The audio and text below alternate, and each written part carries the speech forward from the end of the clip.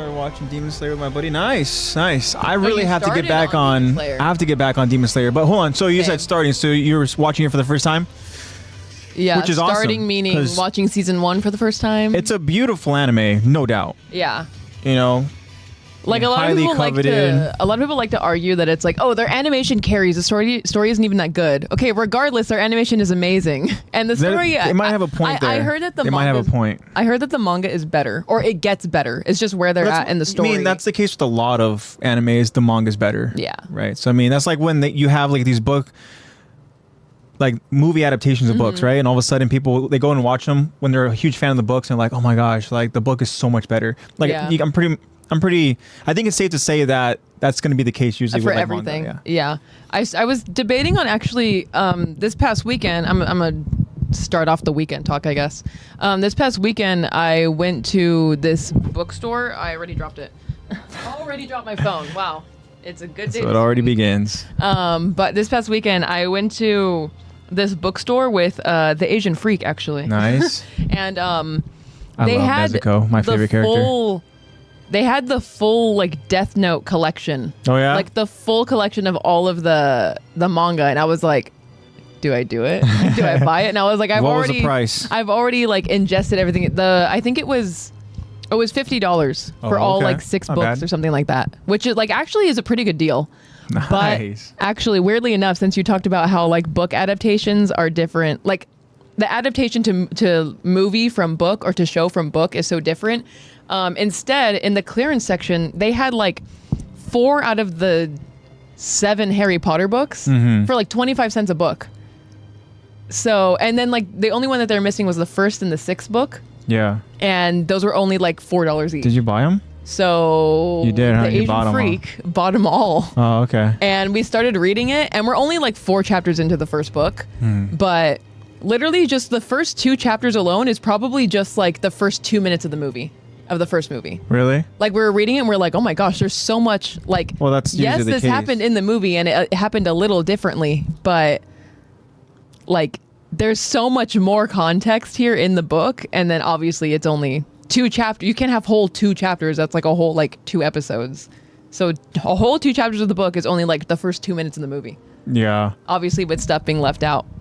Well, you see people they're always upset watching it. As I mentioned, fans of the books, right? You go ahead and you get excited that there's going to be a movie adaptation. It's like, awesome. I get to go ahead and see how the creative minds that be, the powers that be, go ahead and, bring it to the screen, bring it to life, so to speak, right? Create the scene that I've been reading and loved so much. Most often than not, they're disappointed because, again, there's a lot of details, a lot of moments, a lot of, crucial parts of the story that's cut out for the sake of just, keeping it within the allotted time. A movie you're looking at, at max 3 hours, right? And obviously if it's a series, you're going to get more content, but there's still going to be stuff that they miss, right? Yeah. So, I mean... like, even if it is, like with Harry Potter, it's a movie, a book, that's still, like, 2 hours for, like, 20 chapters. So it's, like... you have to like divide up the time, how much you want to spend, like, seeing even something as like with The Last of Us, like adapting a video game to live action. Like I think all the cutscenes together, because I used to just watch the cutscenes like it was a movie. Yeah. All the cutscenes together is like 3 or 4 hours, maybe about like 4 hours, probably 6 hours. Honestly, I'm gonna keep going up. It's probably about 6 hours, and then changing that to thankfully a show where it's at like almost an hour an episode, but. Still, I feel like there was so much that they missed out on like the in-between moments, I feel like, on The Last of Us. Still really good. Still a really freaking good adaptation, though. The best live action adaptation of anything. Yeah, I feel like... that's what people are saying, at least. Yeah. Well, what about Scott Pilgrim? Scott Pilgrim's legit, yeah. The movie adaptation of the comics. But I'm sure in the comics there's a lot that's missed. For sure. Because I think I've only read like the first 2. And even then, no, I would say it was pretty good to the movie. I mean, I've talked about it plenty of times before in this podcast, my friends. But I mean, again, One Piece live adaptation. I mean, it's gonna be 1 season to start, and I think it's only gonna be 8 episodes, and they're just gonna absolutely rush everything. Yeah, they're gonna rush the introductions of all the characters. It's 8 gonna be episodes for it's gonna be bad. For how many episodes is? I think they're focusing on the first maybe 2 seasons or so up into a certain moment. I don't want to get into too much details because I don't know who has all seen it and who hasn't. But yeah, so I mean, I'm already expecting that to go ahead and be an absolute disaster of a live action 8 adaptation. live action but episodes just nonetheless to cover what, probably about 40-ish. I don't know exactly. That's a good question. Episodes? But yeah. But all right, guys. So back to Heise. Nezuko acts like a pet. It's funny. Yeah, no doubt. Nezuko, I love her. She is my favorite character. I need to get back on that Demon Slayer train. But I haven't even started season 3 yet. I haven't finished season 2, but Heise said yes, watching Demon Slayer for the first time. So, I mean, hopefully you're able to go ahead and really stick with it. For me, enjoy the ride. I took a break, and then, it's tough. Whenever you take a break from anime, it can be tough to go ahead and find that momentum again. But Heise also says, I eventually want to read Berserk. I was going to watch it, but they said the books are better. Yes, I did. I've seen a little bit of the first movie, I want to say. I've seen a little bit of the first movie and it looked really interesting, but actually Marco, I think his favorite right now is Berserk, and he has like the first like 4 books, and I've like peeked over his shoulder while he's reading when I saw him like last year, and yeah, the books look amazing. It looks like a really cool story. Nice. And yeah, I would recommend reading the books too. They also had that at the bookstore I went to this weekend. Well, right on, Heise. Happy to hear that you're doing well. Congrats on starting Demon Slayer. Definitely, as Lexi said, she recommends reading the books of Berserk.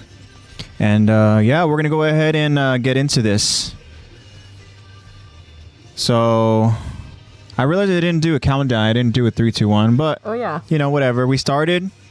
Hopefully, our friend Nate keeps everything in that we just talked about. But we're going to officially begin here. And then...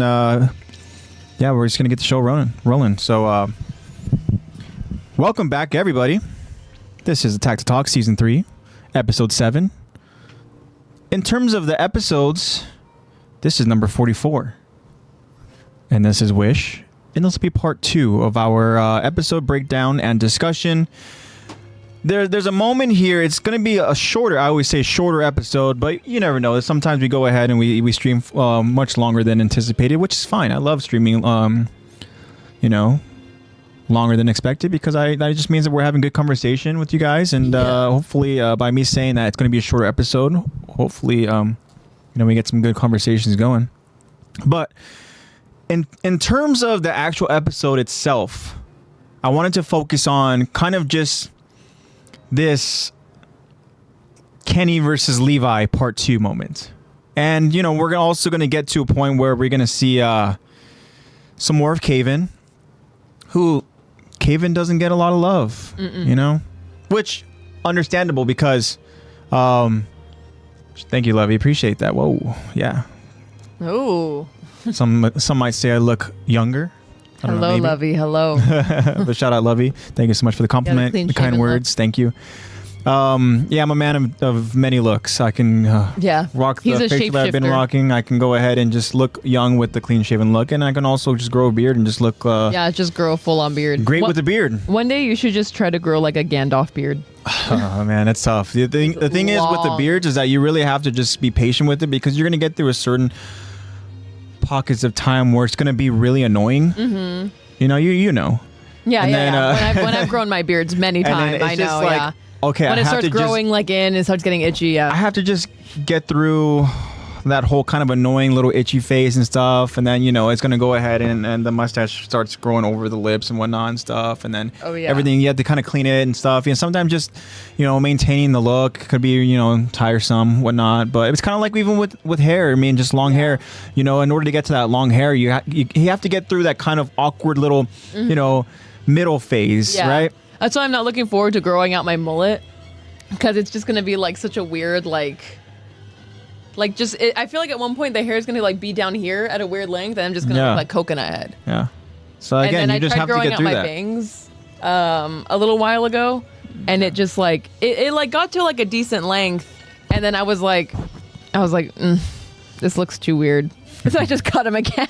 Yeah. And I was like, so either let it grow out or just cut them. Yep. Sometimes you just have to make the decision, and sometimes the decision that you make isn't always the decision you want, because I know there's times where I've gone through that middle phase of just growing my hair, and I'm like, oh my gosh, can I just get over it? Or summertime when you had the long hair. And I remember when I was working outside at my park site years and years and years ago, summer was brutal because I'm like, man, I have the sun just beaming down and just my hair is just covering everything, and it's like another layer of getting, warmth. Really, really grossly warm, and then I would cut my hair and I would regret it. Yeah, and be like, but yeah. So, anyways, anybody who's growing their hair out there, just be patient. Good luck. And I believe in you. Summer is around the corner, and just gonna have to endure the heat. But anyways, so as I was saying, guys, I'm just want to focus on just a moment of episode 7, season 3, and because it's cool to go ahead and kind of focus on a particular moment, focusing on Kenny versus Levi. Right, this is the second time that they're going to go ahead and face each other, because we saw that the first time was when they were just out in the open in Trost District, and that's when we got our first look at Kenny and his elites, right? And we found out very quickly that the elites are legit. Yeah. They are not to be messed with. They are well trained, and I'm assuming that they're well trained because maybe Kenny is the one that trained them. Yeah. Because Kenny himself is, he's very, very talented, and you see he's so talented to the point where he's able to just kind of playfully and carelessly just go through the specific motions and have enough confidence in himself and his skill that he's going to be okay. Mm-hmm. We talked about him as a mentor last episode too. Yeah. Like how he's taught Levi and led Levi and everything. I tried to, make my case. Yeah. And, can only imagine. And a few of you actually were agreeing with me. I think Heisei might have agreed with me as well in terms of Kenny being a potentially good mentor. But I don't know. But yeah, shout out to Eddie. What's up, my friend? Hello, Eddie. How are you doing this beautiful Sunday? How was your weekend? Would love to go ahead and hear. Hopefully you're doing well. As I mentioned at the start of this, I will have a little bit of a story time, and it's something that I think is kind of interesting. You ever just kind of have those weird moments in life when something kind of just, or a moment happens, and you kind of like, whoa, like you just find yourself in a moment that happens, and you think to yourself after that moment passes, you're like, that was so random, and how it all played out was very, very confusing and interesting, and in this specific moment I'm talking about is a moment that it benefited me. It benefited me a lot, actually, and yes. I'll explain in a bit. But those moments are kind of weird. And Heisei says, yeah, Kenny would be interesting as a mentor, no doubt. Yeah. I think it'd be a very much like we talked about last week, just tough love. But the love is not love. Yeah. It's just tough surviving skills. Yeah. Right? Just tough learning. Yes. But yeah, so we're going to focus on a moment in this episode, which means that this specific episode, season 3, episode 7, is probably going to be split into multiple parts, which is fine. Mm-hmm. I mean, hey, it's good to go ahead and kind of take the time to just focus on specific moments of these episodes and just appreciate them, to talk about them in detail, right? And not just rush through and everything. And as I've mentioned before, some other podcasts, Attack on Titan related podcasts, instead of just focusing on one episode at a time or splitting the episodes at a time, or one season, they go through all right, we're going to focus on we're going to focus on episode 1 through 12 in this episode. It's like, How do you do that? How do you talk about all of that?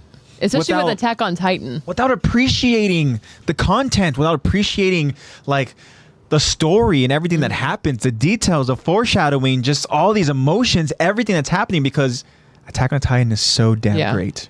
And if you're into those big summaries like that, sorry, this is not the podcast for you. Sorry about that. There you go. Well, love it. Eddie says, hope your guys' week's been good. Mine was good.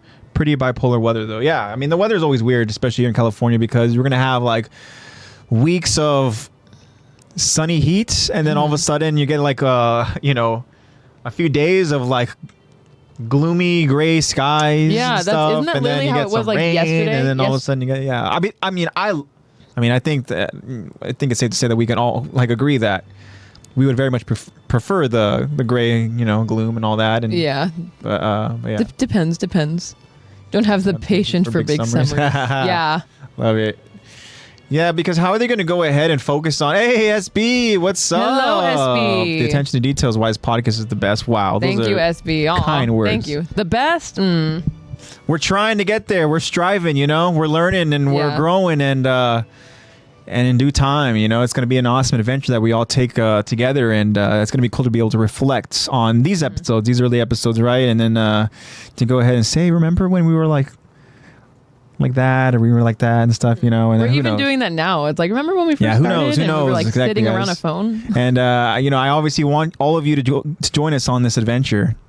But yeah, guys, we're gonna focus on this battle. I want to go ahead and focus on this battle because it just makes sense, to go ahead and talk about it. Epic scene. Eddie says, where I live, I kept having lightning strikes and kept thinking about Titan transformations. Oh my gosh, I'm never gonna see a lightning strike and not think of a Titan transformation. Anytime I see like a sudden just flash of light, that's the first thing that comes to my mind. I'm just like, oh my god, like Armin let out the nuke. Yeah. Someone's nearby. You start that's very crazy, Eddie. Hopefully everything's been good over there, man. Yeah. I know you said that your week's been good. Happy to hear that. I know bipolar weather is sometimes good, sometimes bad. Sometimes you can't really plan for it. You're like, it was really hot. I wore shorts today. Next day is all overcast and gloomy, and it's like wet outside. It's like, what? Okay. Yeah, SB says, Eddie, be careful out there. And I also want to ask you, SB, how have you been? Hope your week's been good. How's the weekend treating you? Next weekend is Memorial Week, right? Which is awesome. Yeah, that Monday's Memorial Day. I do want to let you all know that next week we will not be streaming on Sunday. Okay. It's not happening. Want to know why? Because Sunday of Memorial Weekend is our mom's birthday. Yeah. So we are actually going to go ahead and we still will be streaming next weekend. So don't want to freak you guys out. We will still be able to stream, but instead of Sunday, it will be most likely Monday. So Monday is actually Memorial Day, so we'll have ourselves a Memorial Day episode. And but it won't be Sunday because Sunday is our mom's birthday, and that's her day. And when we stream, we will be in a much different location because we will not be here in this room. We will be over in Vegas. So yeah, we will. Yeah. Isis says, wait, your siblings? I know, we never talk about it. We never talk about it, yeah. But yeah, it'll just slip out where it's like, oh yeah, like when we're watching with dad. Or it's like, oh yeah, when da-da-da. Yeah. And it's like, wait, you guys say that you're related? Yeah. I mean, we just don't look alike. See, this means that we would be good on Big Brother. Yeah. If anybody watches CBS Big Brother, this reality TV show, which again we've started watching because of Dad. Because of Dad, yeah. And it's super interesting. And we've always kind of speculated about us being on that season, on whatever summer season together. And I think that we can get away with playing as not siblings. But we would have like the allyship, but no one would know that we're siblings. We'd be like the twist. Yeah. Because like we don't really look alike. No, I know. I mean, I don't know. You guys let us know. Do we look alike? Now that you guys know that we're siblings. Now that you know that we're siblings. Do we look alike? I don't really see the resemblance. I mean, I don't know. We have different complexions, because you have like you have more of mom's features, and I have more of dad's features. Yeah. So. Yeah. So you guys let us know. But wait, your siblings? SB says, all good here. Thanks for asking. Happy early birthday to your mom. Oh, thank you, SB. Thank you so we'll be sure to tell her. Yeah. Thank you. Yeah. Gotta love all the moms. I know that we recently had Mother's Day not too long ago. So again, shout out to all the beautiful moms out there. We love all the moms. And shout out to the dads too. I know that the dads, I mean, they're getting their day soon in June. And yeah, it'll be Father's Day before we know it. Hi said Goku has a day, May 9th. We need Eren Yeager Day, and happy birthday to your mom. Oh, thank you. Yeah. Thank you. Goku has his day, right? I didn't know it was May 9th, so that's awesome, which means that passed earlier this month. Yeah. Didn't know exactly how far away we were from it, but happy Goku Day to you. Belated Goku Day. We need an Eren Yeager Day. Yeah, I know. With Eren Yeager Day, that'd be interesting to... I mean, I can't even speculate as to what day we could give Eren. I know. How do you celebrate that day? There has to be a significance. And Heise, do you know the significance behind May 9th for Goku? Because I'm curious to know that. Because I don't think it's just a random day. Because I know that anime characters have birthdays. Yeah. We see it over in the Attack on Titan Instagram, right? Yeah. Like, it was like Or it was I says no. No, I don't. I want to say the most recent birthday was like Sasha's. It was like Sasha's birthday. Yeah, that's right. Like, yeah. And then I don't know. The first thing I think of when I'm like, oh yeah, anime characters at birthdays is Bakugo, because his is on 420. Nice. And I'm like, nice birthday, Bakugo. Yeah, that's awesome. But yeah. In terms of, okay, so back to Goku a little bit. In terms of like Father Day, right around the corner, you know, it's gonna be June before we know it. Oh my god. Goku, I can't believe it's already like May 21st. Goku is not a very good father. In terms of being a father figure, Goku he could improve. He can improve a lot, but he's an awesome hero, no doubt, you know. But yeah, Goku, in terms of being a father, still happy Father's Day to Goku. Happy early Father's Day. Yeah, but yeah, just to Goku. Vegeta over Goku, Heisa says. Vegeta over Goku, and Vegeta, I want to say, is a better father. He is. You see that he actually cares about his father. I mean, he cares about his family. Mm-hmm. I will say that he cares about his family. Whereas with Goku just goes on his adventures, and you know, he does what Goku wants to do. Goku is you know, very light-hearted, carefree individual where he has his own aspirations, and anything that will allow and provide Goku to get better and improve as, you know, a hero, as a Saiyan, right? As just a warrior in general. I mean, hey, that's what Goku's about. If his family happens to be in the crossfire behind it, you know, then hey, I mean, Goku's gonna have to deal with that, which we've seen before. If anybody watches Dragon Ball Z or Dragon Ball Super or any of that stuff. Yeah. But yeah. All right, guys. Story time now. You guys ready? I was gonna say let's share your weekend. My weekend was good. It was a good weekend. Some might say it was a great weekend because of, you know, what I'm about to explain. But me and Lex with our family, we went to the Santa Fe Springs swap meet for some nice live music. It was very, very cool. Yeah, it was a great time. And the Asian Freak was there as well. Mm-hmm. The Asian Freak was there. And yeah, so we were just enjoying the company, enjoying the music. It was all just good vibes. And then, you know, the live music, the band themselves went on a nice little intermission. You know, we'll be back in like 30 minutes or so. All right, awesome. And obviously being at the swap meet, we decided to go ahead and walk around and just see the different the stores and stuff over in the swap meet, right? And so we're going down all these different aisles. We're, you know, just kind of browsing and looking and stuff, you know, awesome. And then we come across this the specific store, right? And you see this long line of people, you know, kind of around the store. This little shop. And then I'm like, okay, I don't see the line at first. I see somebody in costume there. And the person in costume outside with the line of people is somebody dressed up as the Red Ranger. Now, Red Ranger, for some of you that have seen the, you know, Instagram story, Lexi posted a photo, right? And that's where the story is going to. It's going to how I met Austin St. John, who is the OG Red Ranger. Now, there is this line, right? And I just said, yeah, I saw it. And so there's this line of people. And when I mean people, I mean mostly kids. Yeah. There's a long line. They're mostly around parents the person with their kids in costume. Yeah. Like they're all just like gathered around the guy that's in the costume, not the actual Austin St. John. But there was still a line. We go to the entrance of the store without actually going into the store, and I'm like, oh, like that's kind of cool. The Red Ranger, he's outside, you know, somebody in costume. And then one of the parents in the line, right, was like, oh yeah, they're here to see the Red Ranger, right? And somebody mentioned that he's gonna be here for like another hour or so. And I'm like, all right, cool. I'm like, yeah, that's super cool. I'm thinking to myself, like, why are these kids all here just to go ahead and take a picture with like just somebody in costume, right? And then I can't remember how I noticed, but I noticed inside the shop, right, is a banner, right? And it says his name, Austin St. John. I'm like, wait, Austin's here? Yeah. Like, what? And this is the OG Red Ranger. So if anybody who's watched the Mighty Morphin Power Rangers, I mean, he's there for like the first, like, you know, 1.5 seasons. But yeah, he's like, for me, like, I remember growing up and I remember watching the Mighty Morphin Power Rangers, and I was like, yeah, like the first season, like that's to me, like obviously the OGs, like that's my Power Rangers, right? I stopped watching after that. And it's kind of interesting because for anybody that is a fan of the Power Rangers, maybe you happen to have watched something that came out recently on Netflix, and that is the kind of like the anniversary they had. I can't remember exactly how many years, but they did like a Once a Ranger, Always a Ranger anniversary movie where they brought back some of the OGs, right? They brought back some of the other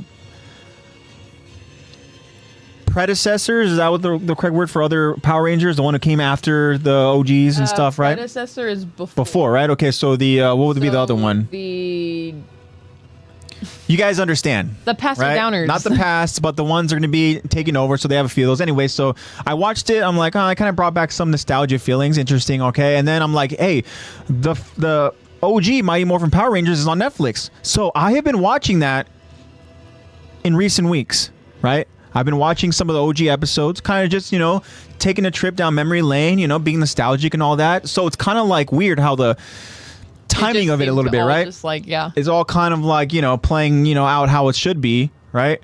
In a weird way. Almost as if maybe like Aaron kind of maybe, planned it all to happen this way. We'll meet the Red Ranger. Don't know. But anyway, so then I see this banner inside. I'm like, wait, Austin's here? It's kind of weird.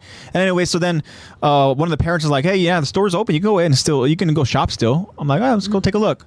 So I literally, SB, yeah, you were meant to meet him, no doubt. And then the only reason why I think this is why I was meant to meet him is because of the circumstances. And I go into the shop, me, Lex, Asian Freak, who joined us last week here in chat. So we're referred to the real Asian Freak. Yeah. Who is a friend of ours, of course. And so the three of us are over in the shop.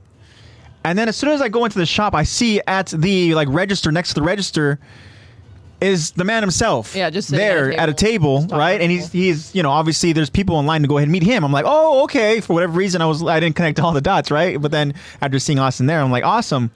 Austin's there. I'm kind of tripping out. I'm like watching from afar.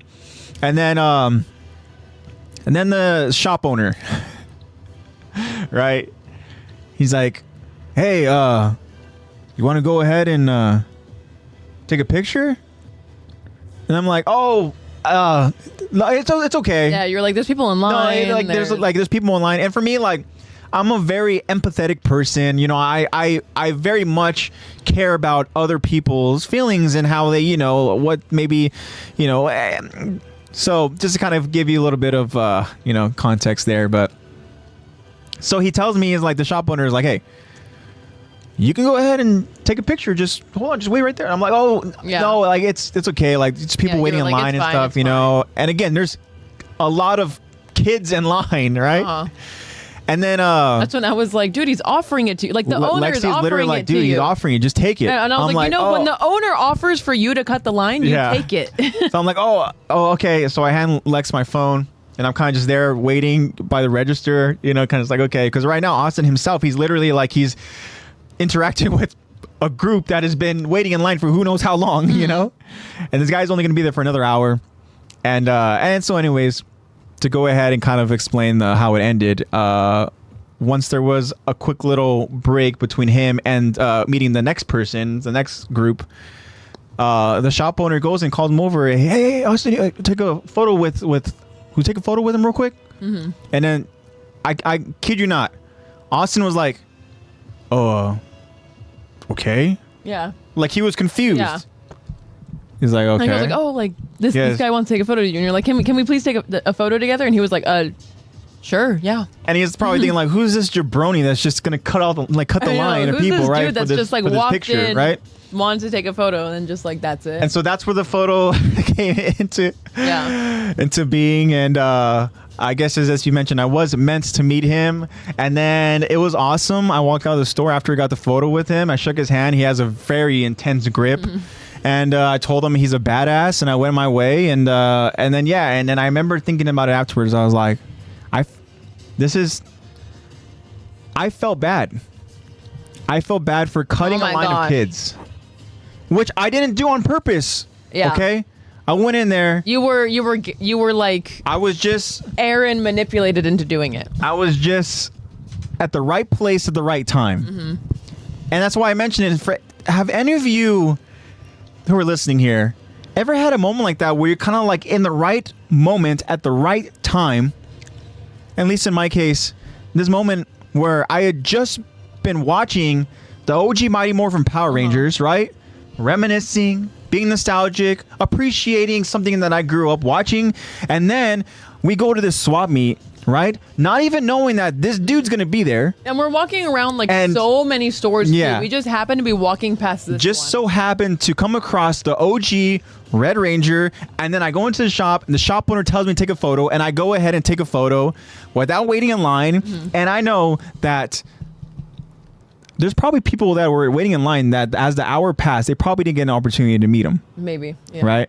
I mean, I want to say maybe that he would be willing to go ahead and stick around for the last customer. I think he's a stand-up guy, even though he may not be getting paid for those last, 20 minutes, but yeah, I said we were literally telling him the same thing. We were like, oh yeah, well, that's probably why the shop owner was like, take a picture of him. Like you are an actual fan. You're not just some kid. I think he heard, because obviously I was talking to you and Asian Freak about Austin, about like this guy is like the leader of the Power Rangers. He's OG Red Ranger, man. Austin St. John. I've been watching Mighty Morphin. So maybe, again, as Heise has mentioned here, that, I've been a fan longer than these kids, right?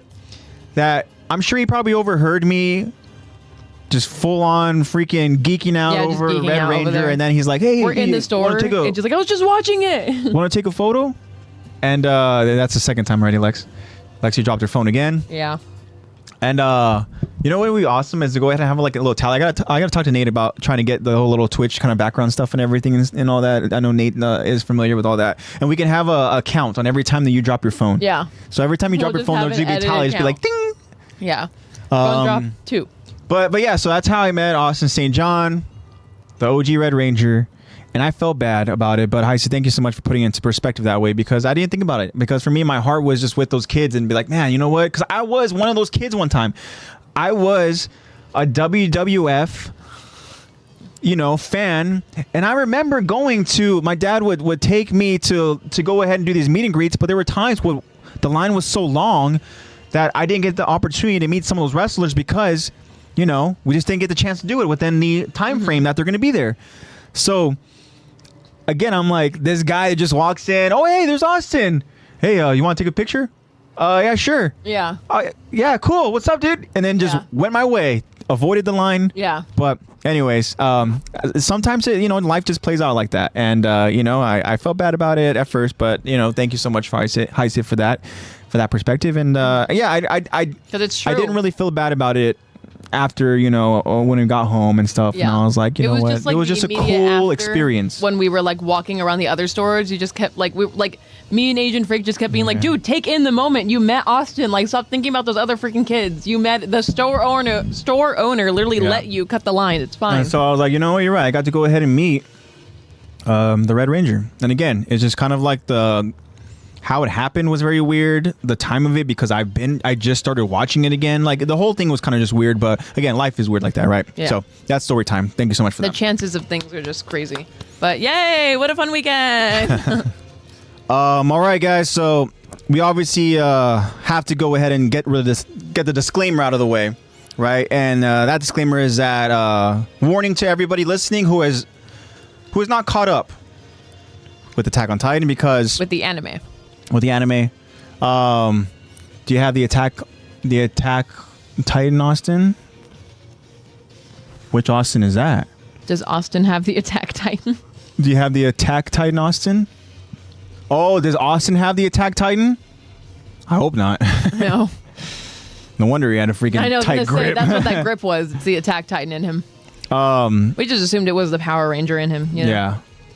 But yeah, he knew you'd be there. Yeah, yeah. I guess Austin, he's had an idea, even though he was very confused by the moment. But yeah, he was very confused by the moment, so I don't think he necessarily knew how the events that were going to take place. But I mean, again, there was some sort of higher being, and maybe that was Aaron Yeager himself, who was somehow just pulling the strings to make sure that I met the Red Ranger. But yeah, guys, so warning to everybody, because there will be spoiler talks in these episodes. You guys already know the drill. We love to go ahead and talk about spoilers.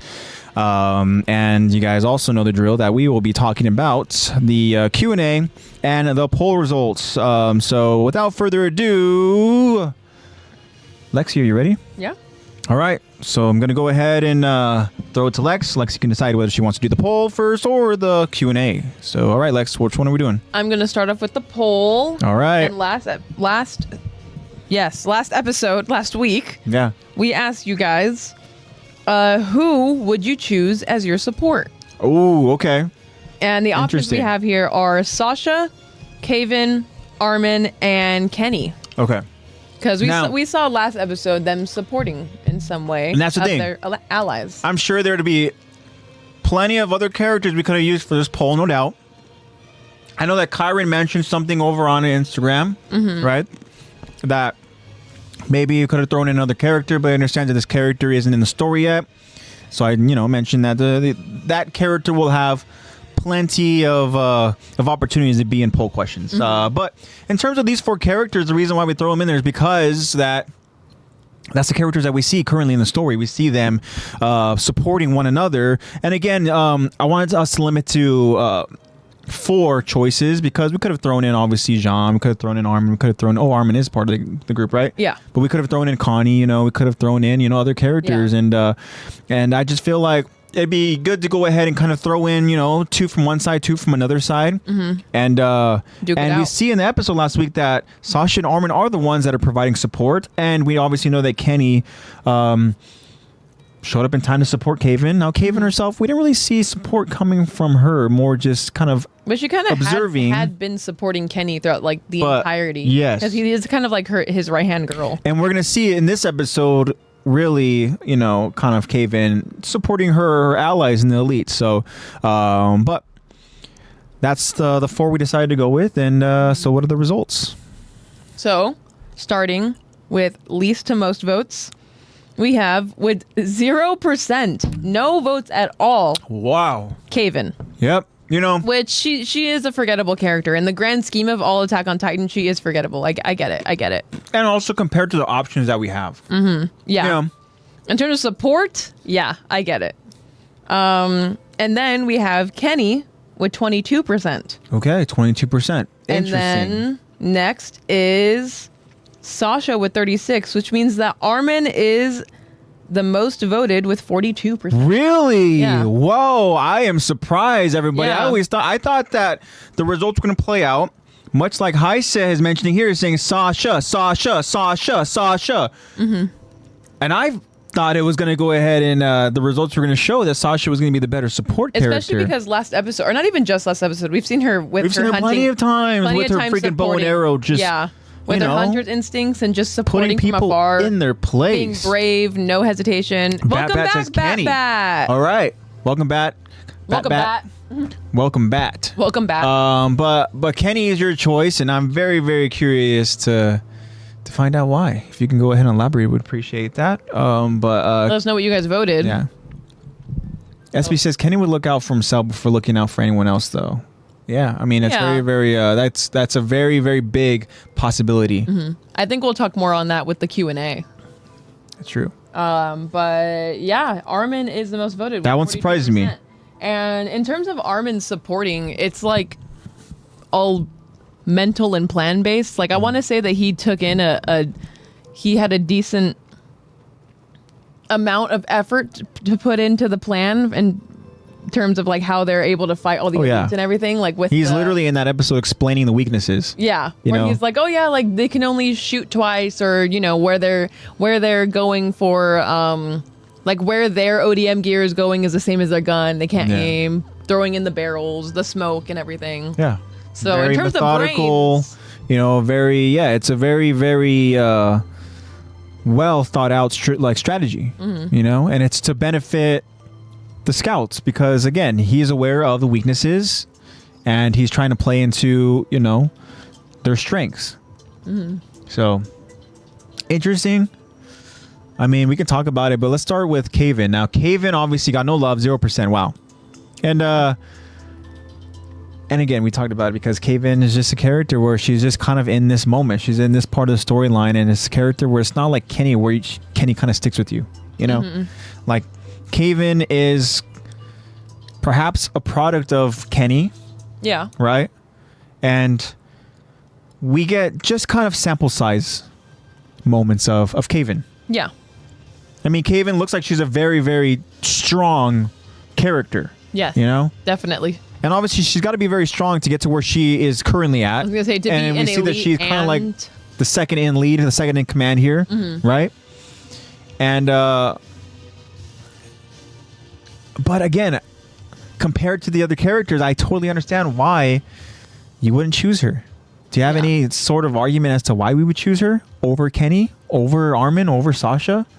With the other choices, I would say the only big reason why you would vote for her over the others is in terms of her potential, because we don't really see a whole lot of her potential. We know that she's strong. We know that she's smart. We know that she's level-headed. We know that she's loyal.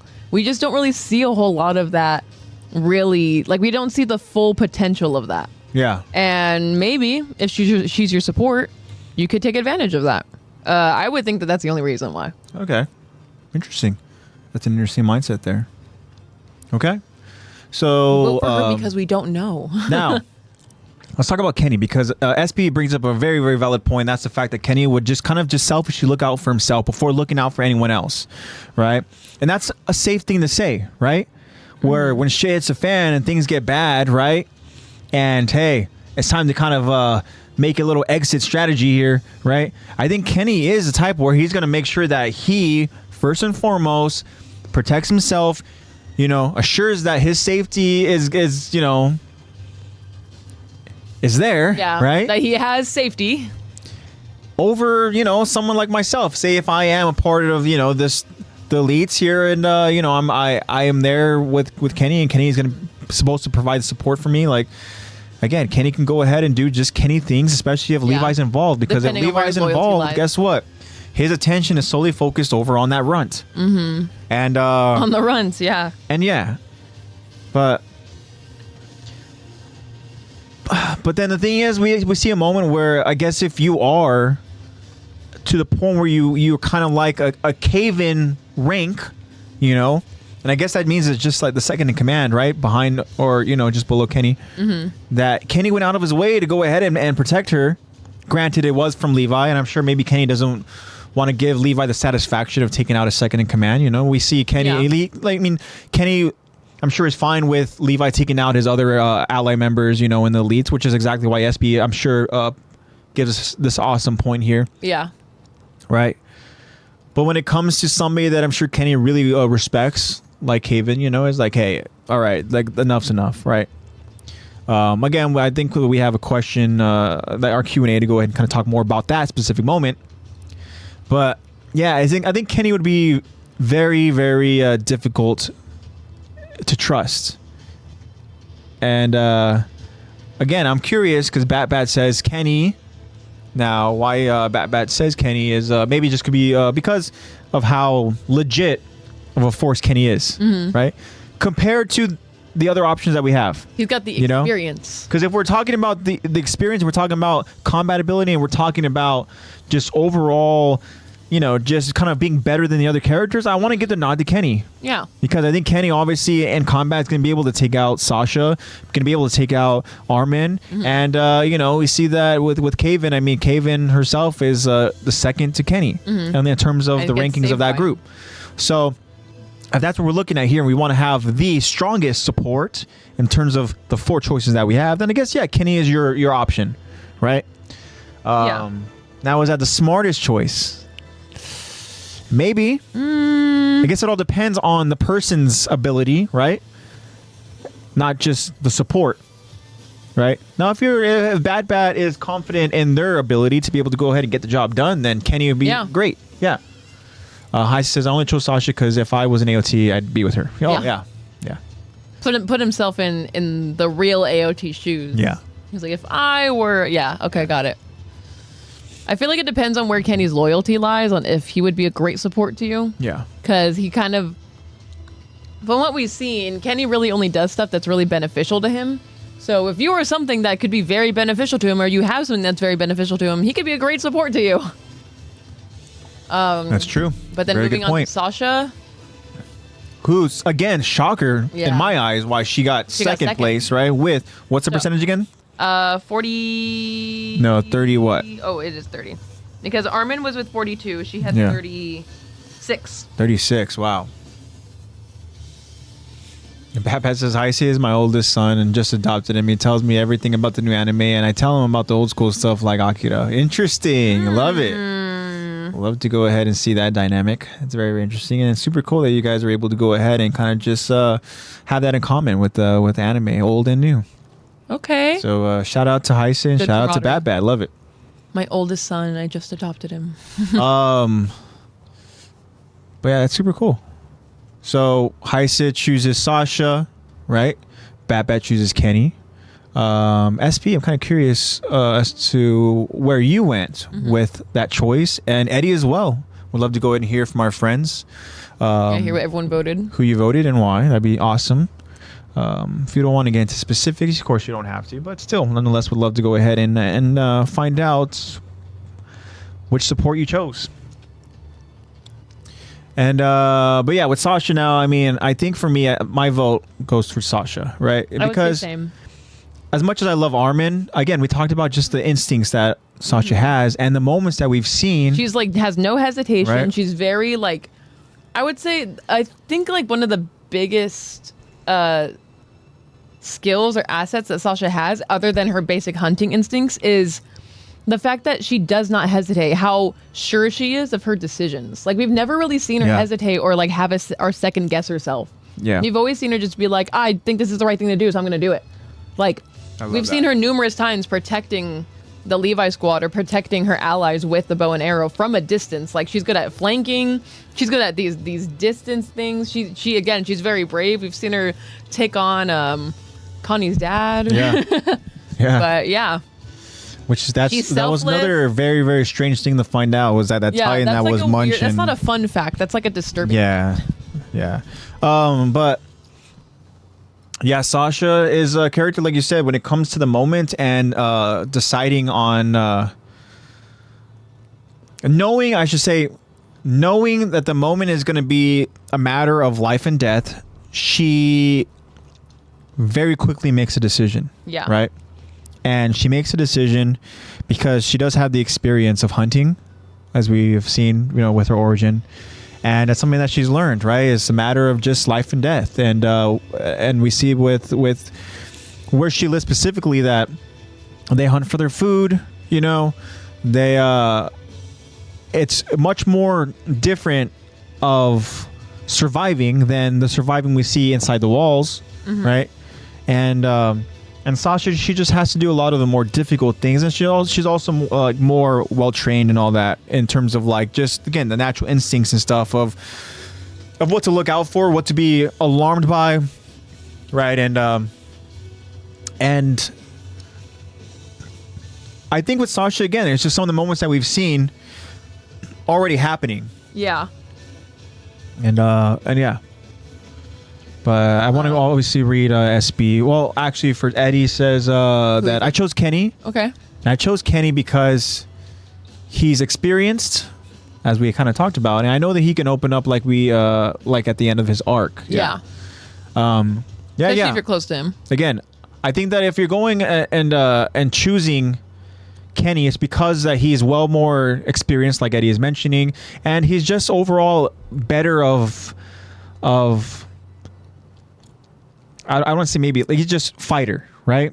Yeah. Better at surviving, right? Yeah, surviving is a good, Because, I mean, he's been surviving for so long. I mean, the guy's been, in the shadows, being this legend of a character known as Kenny the Ripper and just doing, terrible acts and, obviously killing MPs. But, and then I guess if you have that character on your side, it's always nice to have, right? Mm-hmm. Now, as SP mentioned, can we trust him on? Yeah, that's, again, depends on where you are. Look out for himself before he looks out with you. Like the whole, like, he only does stuff that's really beneficial to him. Yeah. If you're beneficial to him, he'll protect you like he did with Kaven. Yeah. That we'll talk about. Says, I voted for Armin, but it was between Armin and Sasha. Same as me. Now, Armin has the intelligence to predict the enemy's moves, and at this point, isn't hesitating and is all in. That's a great point, SB. Yeah, we've seen that Armin has also had to do the more difficult things, and we see by him saving Jean, right? And Armin, as we talked about in past episodes, Armin is a character where he goes through tremendous character development. Where he is at the start of this anime is far from where he's at currently. We know that he still is very caring. He's very careful, and he doesn't want bloodshed, unless again it needs to happen. And then Armin will go ahead and do it. And again, that's also a great point to SB that Armin, he won't hesitate. Yeah. I think that does go a long way too. I think in terms of hesitating, I see a little bit of hesitation in Kaven in this specific moment, where as soon as her allies are kind of like, yeah, she's starting to go ahead and kind of like panic a little bit. Exactly. So maybe again, and it's starting to make sense now why we wouldn't want somebody like Kaven to go ahead and be our support, because instead of supporting us, she's just watching us die. I know. Just like, oh, what's going on? I'm panicking. Let's just fall back, guys. Yeah. But SB also says, totally agree with Lex that Sasha is a great choice because of her instincts and quick reactions. Yeah. Bad says, plus you guys are just fun to listen to, and your passion for anime in general and Attack on Titan shows. Wow, thank you so much for the kind words, Bad. We appreciate that. I'm glad that our passion is shown through the screen. Yeah, but it's true, because we've talked about it before. The reason why this podcast came to be is because we so often passionately started going into these really like deep tangents about Attack on Titan. So we're like, these, you know what? Dissections just among each other. Instead of just kind of like, let's just throw some mics in front of us and kind of win. Or in early case, let's just put a phone. Yeah, let's just turn the phone on record and then but yeah, that's what it is. We're all just passionate fans of anime. Obviously, Bad and High CR as well, which is awesome. That's what it is. This community here, all of us as friends, we all have that kind of passion for anime and stuff. And what's cool is that our passion for Attack on Titan just kind of brings us together like we're doing right now. Right, and it's a special thing. And our passions just happen to align. Yeah. And we appreciate you, Bad, for joining us again this week, and hopefully you continue to join us, because it's always awesome to go ahead and have like-minded friends just, again, being passionate about it, any anime. So thank you again for that, Bad. Shout out. SB also says, too, Kenny is great because he isn't afraid to kill, to defend himself and his people. Okay. Yeah. That's true. Because Kenny, again, this guy is ruthless. We've seen it. He's not afraid to get his hands dirty.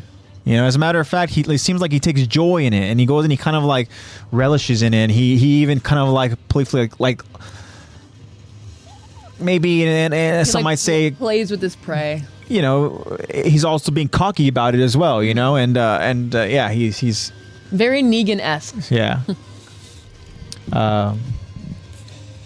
Awesome. Heisa says, so SB, I thought of something. How come Armin couldn't predict when Eren beat the crap out of him in season 4? Yeah, because as we were saying, he can kind of predict moments. Yeah, he can predict the enemy's moves. Yeah, but I think again, notice Heisa is that SB said enemies moves. Now we know that we know that Eren might be considered the enemy, but in Armin's eyes, he still thinks he can save Eren. He still thinks that Eren is his friend. Actually, Dad was watching Attack on Titan today. Okay. Right, we were going back. We're watching some earlier episodes in season 4, and we're looking at the moments where unfortunately Zeke unleashes these Titans over in Shiganshina, and these Titans are obviously characters that which we have come to know. Obviously, even some that we've come to really like Pixis. We've seen Nile Doc as well, and there's other plenty of characters who all become Titans. Yeah, R.I.P. It's a very, very sad moment, but in this moment, Armin is so adamant that Eren is on their side. Eren is trying to acquire the ability so that he can protect the island, right?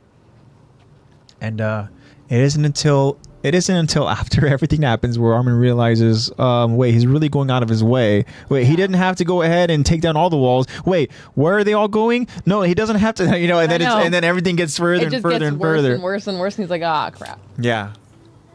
Even after Eren beats the crap out of him and maliciously just torments Mikasa mentally with his words, right?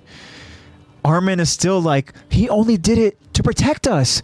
He only beat the shit out of me. I know. To protect me. Protect us. He's pushing us away. It's to make it show. Yeah. Like he's on the other side. He's pushing us away and making us enemies so that we're not close to him and won't be in harm's way. He's protecting us by beating us up. Aaron didn't want to kick my ass. he just did it to show that he's on their side.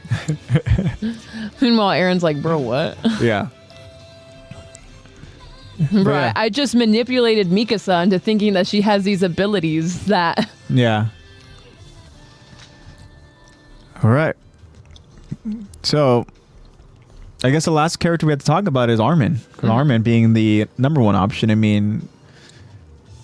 We discussed moments a bit of his strategy. Yeah, it could be moments like the reasons. I mean, it could be reasons like SP had mentioned with Armin just having that intelligence, knowing how to go ahead and scheme, how to come up with a good strategy.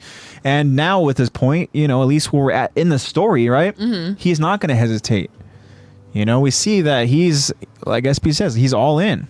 Mm-hmm. Especially when it comes to his allies, that he really will go out of his way. Yeah. If he cares about you, that's one of the things that makes him your favorite character. That's like the main thing is his loyalty. That's one of the most special things you can have in this anime is Armin's loyalty.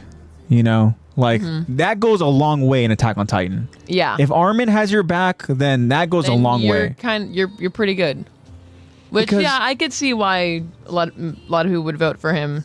Why he's most voted as the support. Who would you choose to support? I guess it all just depends on your definition of support. Yeah.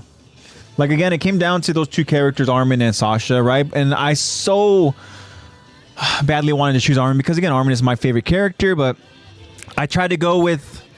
Maybe I thought about it too much, where I'm like, I don't want to just play favorites. I'm going to go ahead and choose Sasha because of, for reasons which we talked about, right? And again, I don't think you can go wrong. I think I was thinking... Right? I also voted for Sasha, and I think that I was just thinking too much about, the last episode that we just I'm like, dang, her hunter instincts are so cool. Sasha's she looked so cool too. She looked so cool. Yeah. She's such a badass. Wow, Kachan. And I just voted for her. Nice.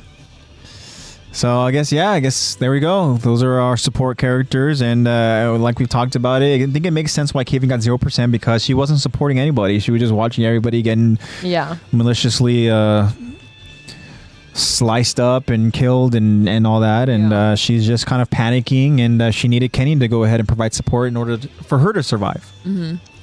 So maybe we'll see a new Kaven in this episode, or maybe we'll see more of the same. But thank you so much for everybody who voted, and yeah, we appreciate you all. So now, without further ado, we have a question to talk about, right? Q&A. Yeah, last week we asked you guys. Kenny saves Kaven from Levi. We discussed this. Mm-hmm. Do you think Kenny arrived just in time, or was he watching before he had to step in? Interesting. So, yeah, because that's one of the things I asked last episode when we went over the scene. Yeah. I was like, oh, cool, he came in and saved Kaven. But was it like he just came in and immediately was like, oh, crap, Kaven, immediately went to her, just came in just in time? Or was he, watching from afar and was like, all right, guess it's time for me to step in. They're in trouble, and I don't want to lose Kaven, I guess. Yeah. She's beneficial to me, so I don't want to lose her, so... Yeah. All the other ones, but Kaven. So, from you guys, first we have IN Storm, who is Heisei, says he had to get that grand entrance with the fire emoji. Yeah, I mean, again, Kenny loves to go ahead and make a good entrance. Yeah, very much so. So I wouldn't put it past him. Yeah, I believe it. Thank you so much for that response, Heisei. Yeah. Very quick, I do want to mention this. Heisei says that people at my work don't understand why I like Flock. Apparently, I might be the only one that likes him. I see no Flock merch or anything online to buy. Yeah. Heisei, I do want to go ahead and kind of give a little bit of a perhaps sneak peek. I'm probably going to I am going to give it away by saying this, but I think that you are among like-minded individuals because I came across a list And that is a list that I want us to talk about next week. Mm-hmm. And I think next week's episode, we're not going to necessarily focus on the story, but we'll do kind of like an OVA episode where we talk about different topics and stuff, talk about some cool little interesting things. And if you guys, of course, have anything you want us to talk about, it'll be kind of like an open forum, Attack on Titan OVA episode. Or just like a sit down, hang out, and chat. And yeah, not so much very structured, not so much very scripted, right? It's just be just us chatting AOT stuff. And I came across again this list that was that just came out last week, and it's a list of ranked AOT characters. And unfortunately, you're not able to go ahead and purchase Flock merch because it's not available. But you might be among other people who think highly of Flock. Maybe. So perhaps tune in next week. Yeah. Yeah, we're going to go ahead and talk about that list. So that'll be a fun thing to go ahead and do. But yeah, thank you for that, Heisei. Thank you so much, Heisei. Eddie, friend of the show, Eddie, says he was watching Nothing Gets Past an Ackerman. Oh. I think we're still live. We're still live. Yeah. We just cut out for a second and then had to come back. That's weird. That's the one that we just recorded. You need to go to the live one. That one. Oh my gosh. AJ. There we go. Here we go. Sorry about that, guys. We're back.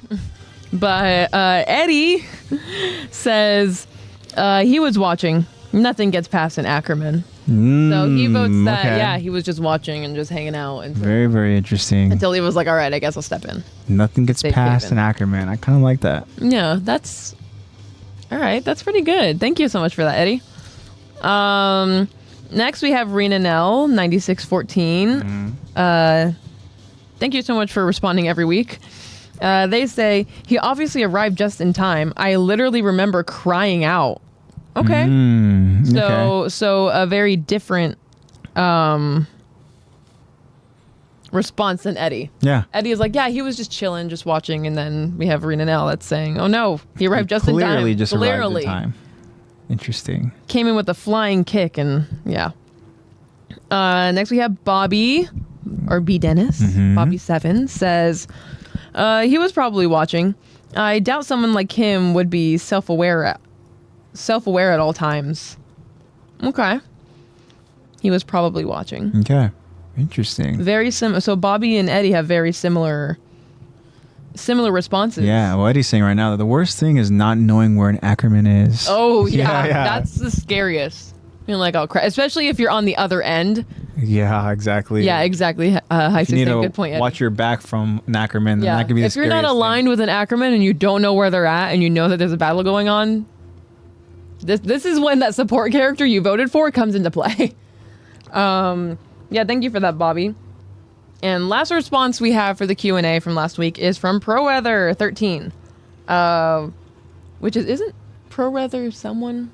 Who is ProWeather? I don't know. I don't know off the top of my head, but whoever ProWeather is, thank you for I recognize that username, but maybe we've just chatted with them before. They say Kenny cared about his men, so I think he stepped in as soon as he could. Okay. Interesting. So we have kind of a shuffle of responses. We have majority are saying that he was just watching. That he was already there in that scene, just kind of like an Ackerman thing, kind of like, just analyzing the situation, seeing when he needed to step in, getting that grand entrance ready, Probably was practicing what he's going to say in his head. It's like, all right, I'm going to call him a runt. I'm going to say that I'm playing a game. Yeah. I'm going to come swinging in. I'm going to shoot immediately, and then he's going to dodge, and then, yeah. Kenny cared about very his interesting. men. Well, thank you so much for all the responses, and I want to ask you, Lex, put you on the spot here. Where's your stance on this question? What do you think? Honestly, I think that I'm going to agree with majority. I think that he was just watching. I think that, he was watching very cautiously and obviously in his own Kenny way. Yeah. Being like, just chilling back, being like, we're not doing very good. And being like, oh, well. And I think that he just stepped in for Caven because it was Caven. Yeah. Because obviously I don't think he was going to step in for anyone else because he was just like, oh, well, They're replaceable, but I don't think he believes that Kaven is as easily replaceable. Yeah. So I think that's why he stepped in to save her. That's a good point. Eddie says, I don't know, man. Kenny is sneaky and agile. He's experienced. It's true. Sneaky is good, though, because then that means that he could be watching. Yeah. He's just hanging out. Yeah. That's the thing is that we don't know with Kenny because Kenny's such a wild card. For all we know, I mean, maybe he did just so happen to arrive on time, but, you know, we wouldn't put it past the guy to go ahead and just be hanging out a little bit, watching and deciding when he wants to make his grand entrance, like Lexi mentioned. My only argument here is that we know that there's plenty of signal flare smoke. There's plenty of barrel smoke, all fill the air. That's true, because even if he is watching from the sideline, how much can he see? That's the thing is that, yeah, what is he able to see? You know, that would play into his favor of being able to hide, you know, if he finds a good little spot, you know, to go ahead and hide. But, man, you know, that's my only question is how could he visually see what's happening, you know, with all the smoke and everything all in the air? You know, but then again, he is a talented man. True. So he is an Ackerman, so I mean... Yeah. So, I mean, again, like Eddie mentioned, I mean, he's just a sneaky guy. So you just don't know. True. And, but I do agree with the majority, and I do think that Kenny himself was there, because we know that when we saw him, he was making his way over to the location. He was, you know, he was literally, you know, en route to go ahead and meet up with his elites, meet up with Kaven, and I don't think it's going to take him that long. Yeah, he was taking a nice little stroll. He was walking and all that, right? Really relishing again, and it's almost like he knew the camera was on him. I know. I know, but... actually, let me just... But, I mean... The fact of the matter is that he was on his way, and I can't imagine it would take him so long because we know that the scouts themselves still had to plan out everything, and then they had to go ahead and infiltrate. They had to go ahead and you know, do their trap and set off all the barrels and start throwing the signal flare, the signal fires, and then, you know, the battle and everything. Yeah. And I can't imagine that Kenny would really go ahead and take his sweet ass time just to go ahead and again just kind of like relish whatever and stuff and I think that it's a face off. Yeah, I think that he was that from Guardians? If you guys get that reference. From Guardians. You walked into an ambush. I knew it was an ambush, so it's a face off. Yeah. It's a face off. Yeah, that's what it was. It wasn't an ambush, it was a face off. Face off. There you go. Good old fashioned The logic. Good old-fashioned Star-Lord logic. I'm blanking. For like Cowboys, good old-fashioned, not stare down. Good old-fashioned. Isn't it just called a showdown? Good old-fashioned showdown. Is that what it is, guys? Just a showdown? Isn't it just a showdown? Good old-fashioned. You're talking about when showdown. they like... Yeah, when they're literally like out in the middle of like the town. Yeah. Everybody, you see all the other 20 paces. The town people are just looking out through the windows, right? You see the freaking, you know, what is it called? Now, what's that thing called? What? Oh, the tumbleweed. Tumbleweeds. Yeah. You know, I clearly know my Western stuff. That's why I'm here to complete your random thoughts, and you're here to complete mine. Because clearly, together, we make one brain cell. So. Yeah. But yeah, I guess Kenny just wanted a good old fashioned. We just can't have conversations alone. We need the other one. Yeah. Like he knows what I'm talking about. I can't get it out. Exactly. I'll just be your hype man from the back. He means tumbleweed. He means showdown. But yeah, guys, I think that Kenny was probably there at least for, you know, who knows how long, but there for maybe a little bit before, you know, he had to step in.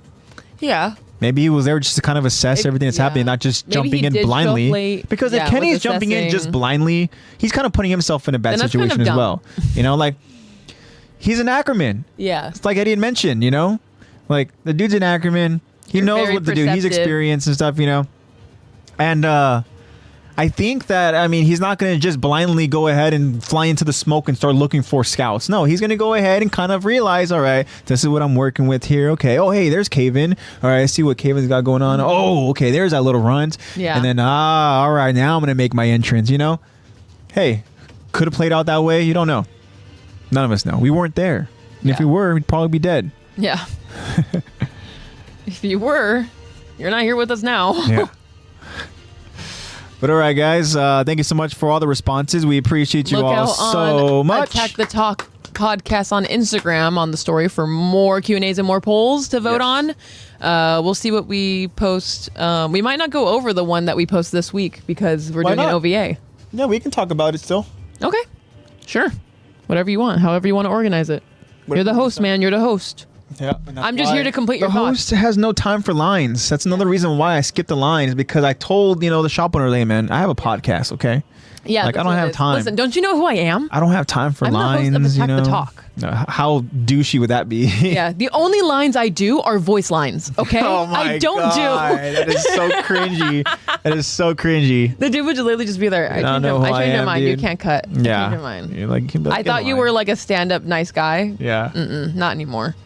Soon as the word podcast leaves a man's mouth, you're automatically like, Yeah, you're like, no matter what the podcast is. Always love interacting with you guys. Yeah, always love interacting with you guys. I've seen every OVA. Is it the past of a certain character? Actually, we're not doing a Attack on Titan OVA. Yeah, these are It's going to be an Attack of the Talk OVA. Yeah, we refer to our episodes that don't necessarily focus on the story, right? As just a little OVA episode, because it's kind of just different, Yeah, it's our OVA. Yeah. It's our Attack the Talk OVA, not Attack on Titan OVA. So it's going to be kind of just like a hangout, sit down, let's chat. Yeah. Kind of thing. Talk about different topics, just like I mentioned. So bring over your questions. He said even better. Hell yeah. Yeah, we obviously could sit here and talk to you guys all day. We haven't even gotten to the story yet, and we're already over an hour in. Chatting with you guys. Yeah, for sure. But yeah, that'll be a lot of fun. So bring your guys' questions. It doesn't even have to be Attack on Titan related. Yeah, and it can just be anime related. It is going to be.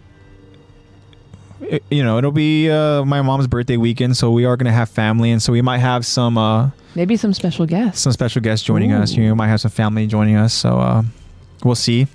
Yeah, look out for that. The more the merrier, which means that if you guys have any questions for bring your friends it'll on probably over. be some of our cousins that join us if they want to take part in it. So tell your friends, invite your friends. Yeah. Yeah, exactly. So we're just going to have a little anime kickback. For anybody that joins us, if you have any kickback. questions for them, go ahead and make sure you ask away. But all right, we have an episode to talk about. Yeah. Oh yeah, there's story to this, huh? Yeah. But let's do a little bit of recap. As Lexi focuses up. Just went completely out of focus for a second. Yeah. But yeah, we're good. Yeah, you are good. But all right, Lex, go ahead and recap us. I say that'd be amazing. Did we not just do that? Bryce Papenbrook as a special guest. That'd be so cool. That's cool. Talk and interact with you guys in real time. Yeah. Real time. Yeah. Not just like randomly being like, oh, it just came in. Oh, I'm out of focus. Oh. But yeah. So you're saying we're all caught up then? We're all recapped.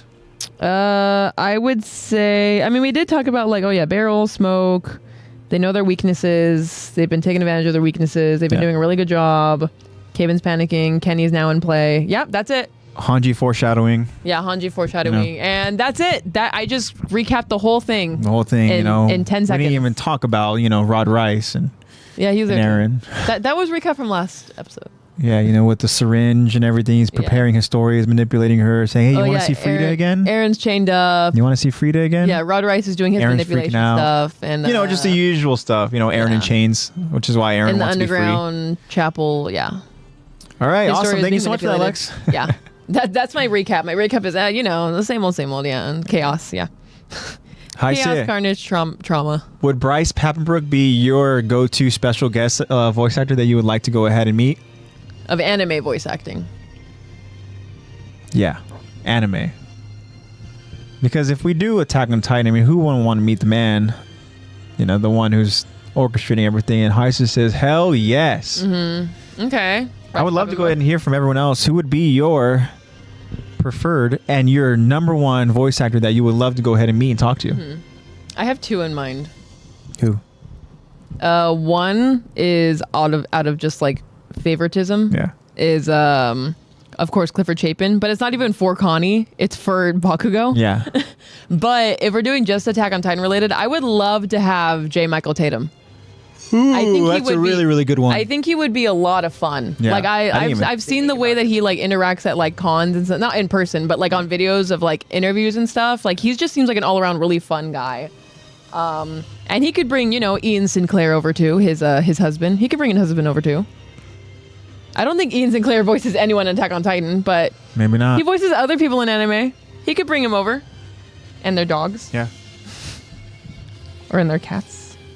Well, for me, I have 3 in mind, and one of them is kind of just like it'd be cool to go ahead and just chat with this guy. It'd be a lot of fun. And that guy is Kellen Goff. Kellen Goff, who does Porco over in season 4. But Kellen also won my heart when he portrayed Overhaul in My Hero. Yeah, I love that. And really, really cool. But the 2 that I have in mind are the GOAT, man, Chris Sabat. Yeah, I was gonna say Chris Sabat plays who? Who does he play in Attack on Titan? Chris Sabat is Keith Sardis. No, you always confuse Keith Sardis with it. Keith Sardis is Overall. Is Overall. Is Endeavor. Oh yeah, you're right. That Patrick Schwartz. Yeah, there you go. Patrick Schwartz. That's his name. See, those are the names I remember. I don't remember the. It's not Keith Sardis. It's No. It's the Captain. the canon dude. Captain Kitz Vorman. Kitz. Yeah. Not Keith. Kitz. Kitz.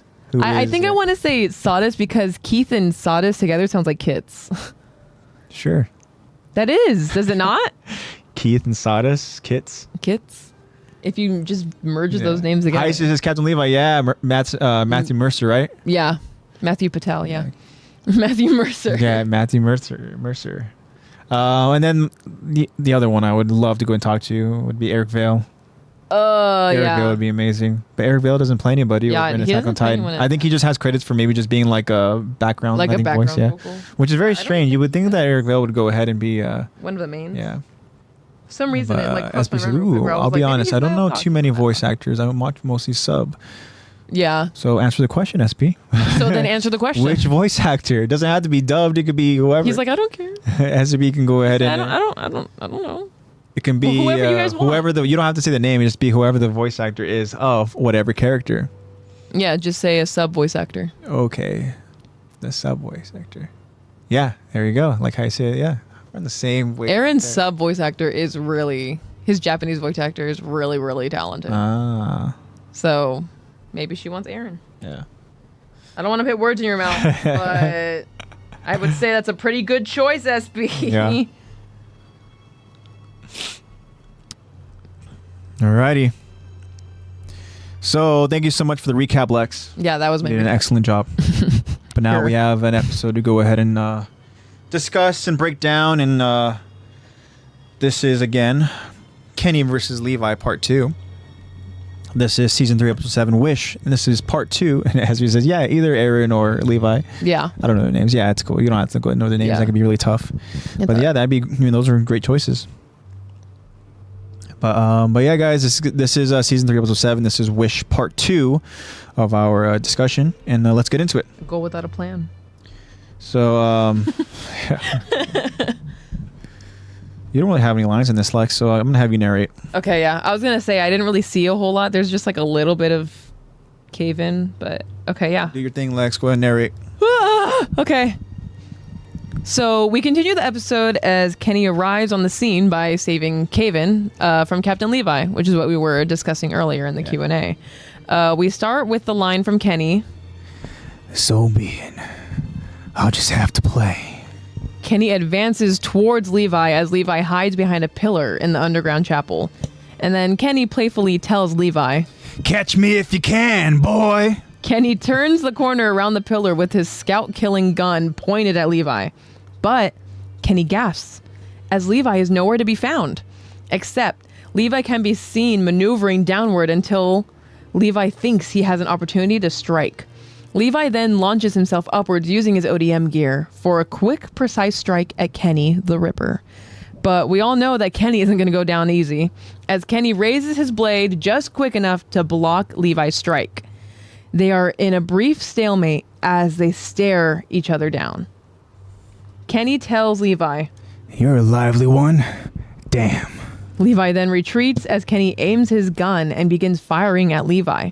Levi dodges each shot, attempt by using the nearby pillars as cover, and this annoys Kenny. Levi, escaping, gasps as he looks below him. It appears that all the barrels have been used. We change to Kaven still flying through the smoke, looking for scouts, except one scout has spotted Kaven. We see another Ackerman aiming for Kaven as Mikasa attempts to strike her down. Mikasa, turning the corner with speed, viciously tries to decapitate Kaven, as we see blood smeared all over Mikasa's face. Kaven, however, narrowly avoids Mikasa's strike, as we see Mikasa cut a few hairs from Kaven's ponytail. Kaven quickly escapes as Mikasa begins to follow. Then we go back to Levi. I looked away real quick and I lost my spot. Then we go back to Levi, as he has spotted Kenny looking for the little runt. But Kenny has spotted Levi too, as Kenny tells him, "Ain't you tired of this game yet? All right." And just like that, Kenny gets lost among the pillars and smoke. Levi, looking for Kenny, suddenly hears Kenny nearby. "I taught you this one. When you're chasing your enemy, you shouldn't just stare straight ahead." Kenny then shoots and explodes one of the wooden balconies attached to the pillars in front of Levi. As the balcony explodes, Levi gasps and then now quickly has to avoid the many shattered wood pieces. Levi flies up to higher ground, lands on a pillar, and begins looking for Kenny again. Except Kenny already has eyes on Levi, as we see Kenny mid-strike incoming saying, "Here, dimwit." Kenny goes in for a strike, but Levi jumps out of the way. We see blood splatter as Kenny cuts the left side of Levi's cheek. Levi now appear to be growing frustrated as Kenny aims again for another shot attempt. Levi, with his quick thinking, tosses a bag in the air. We get a closer look at the bag as we see that this is a small bag that contains liquid. Kenny's scatter shot goes through the small bag as the liquid is flammable because it explodes in the air. We see a large gust of fire between both Levi and Kenny. Kenny is sent backwards, but flying through the fire comes a pissed off Captain Levi, ready to finally put an end to this. Levi swings his blade, but again, Kenny is able to block last second, but this time with his small dagger. Levi gives the swing a second effort, and we see Levi able to push the dagger aside and slice Kenny on the left side of his torso. Blood sprays into the air as Kenny tells Levi, "You bastard, that really hurts." Kenny then retreats, holding his left side as blood pours down, and Levi tries to follow. All right. What a thing to say when you get sliced, like, in the torso. And damn, that one really hurt. Yeah, bastard, that really hurt. All right. So, of course, when we talk about it, you know, it's hard to really appreciate it because when you watch it, it's just so visually, yeah, right? It's great to be able to see the little seeing him go through counters the fire and everything and stuff, right? That they each have for each other. I don't know why, but while I was like watching the episode, like how they're like going from like pillar to pillar so fast, like moving so quickly between Kenny and Levi, they remind me of flies. Like when you're trying to swat a fly, and it just keeps flying around and landing on stuff, and you just like keep missing it, and it's like, what the heck? Yeah. These things are so slippery. Yeah, Kenny and Levi are basically flies. I'm not just saying that because Levi's short. Okay, that's not a short joke. Just reminiscent. We know it's not because he stinks. Yeah, it's not. Yeah, we know that he doesn't not going to stink. It is Levi. Levi's He's very, the only one with white underwear. Yeah. But all right. So let's go ahead and let's kind of talk more in details about everything that happened here in this moment of the episode. And again, this is the showdown here. We see Kenny and Levi going at it again. We know that Kenny himself saves Kaven from Levi. And now it's time for Kenny, as he says, to have some fun. And so it starts off here with Kenny, again, just being very playful in this whole thing, right? These are high stakes here. Like, yeah, life on the line. Yeah, and he's not just that too, but like this guy is so playful, right? Knowing that, what's the reason why the scouts are here? To take back Aaron. To save Aaron and Meek and Historia. Chris, yeah.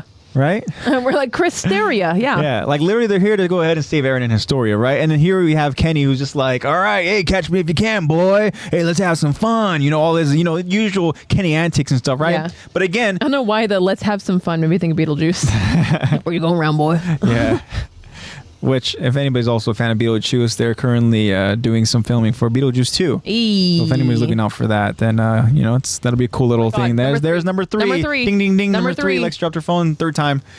But anyway, so my point is that like their job is to ensure that the scouts themselves do not get past them. And here we have just Kenny and Levi doing their thing, where Kenny is playfully just kind of having fun, and Levi, we see, is just very, very serious, and he's like growing frustrated and stuff, and he's trying to go ahead and all the tricks and all the stops. I mean, it seems like Kenny is too. He's just having fun with it. Well, it seems like the longer the battle goes, the more frustrated Kenny is getting, because again, I think he's like, dang, I have to pull out I have to actually think and strategize against this fool. He's actually good. They have a lot of history together, and in the history that at least Kenny is aware of is a much younger Levi and not as skilled Levi, and so it's just this runt of a character where he is kind of like himself. Kenny has shown how to survive, and kind of just like, this runt is just there surviving alongside Kenny. We don't necessarily see all the details. I know that we talked about how cool that would be to go ahead and kind of get more of a thorough in detailed explanation, exactly, of a spin-off series. But Kenny himself probably thinks that this is still this boy.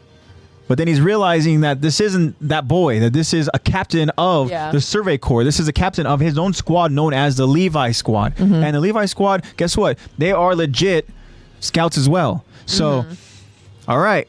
And then they Kenny's not going to let him know that. No, of course. Like, oh, okay, you haven't grown at all. You're still boy. You're still da-da-da. And even then just being like, you think this guy's good. Yeah, he's growing frustrated. Yeah, I mean, he's trying to kill this dude, but you got to think that there's still a sense of pride, like, and just being like a proud. They grow up so fast. Yeah, father figure. Because he was, essentially like his guardian. Yeah. Yeah, that's kind of weird saying. Like Kenny the Ripper was Levi's guardian, and it's so weird to say. He was his parental figure. Which, I mean, sorry, Levi. I see why you're so tough. Use that word loosely. Parent figure. Yeah, parental figure. Use the term guardian kind of loosely. More like his personal trainer. Yeah. But yeah, it's funny seeing the different mindsets here. And then again, as the longer the battle goes here, the longer the skirmish goes, where they're constantly just kind of like, blocking against each other's attacks, countering and stuff, or not really getting anywhere. That they're just starting to now get frustrated. Yeah. Right. But we see certain things like Levi is good at using his surroundings, right? I mean, Kenny is too, obviously, It's like going back to like all Ackermans are just so perceptive combat-wise that it's like, I mean, who else would battle Levi other than Kenny? Oh, yeah. Of course it would be them. Because if we saw somehow Kaven was able to go ahead and notice Levi behind her, and she goes and she tries to protect herself, like we know that one-on-one wouldn't last very long. It would not be as epic as what we're seeing in this scene. No. Because you would not have to be as strategic. Unfortunately, Kaven is very skilled, but Captain Levi. Because Kenny himself is very, very crafty. We see that Kenny is able to match that craftiness, which in a more sneaky fashion,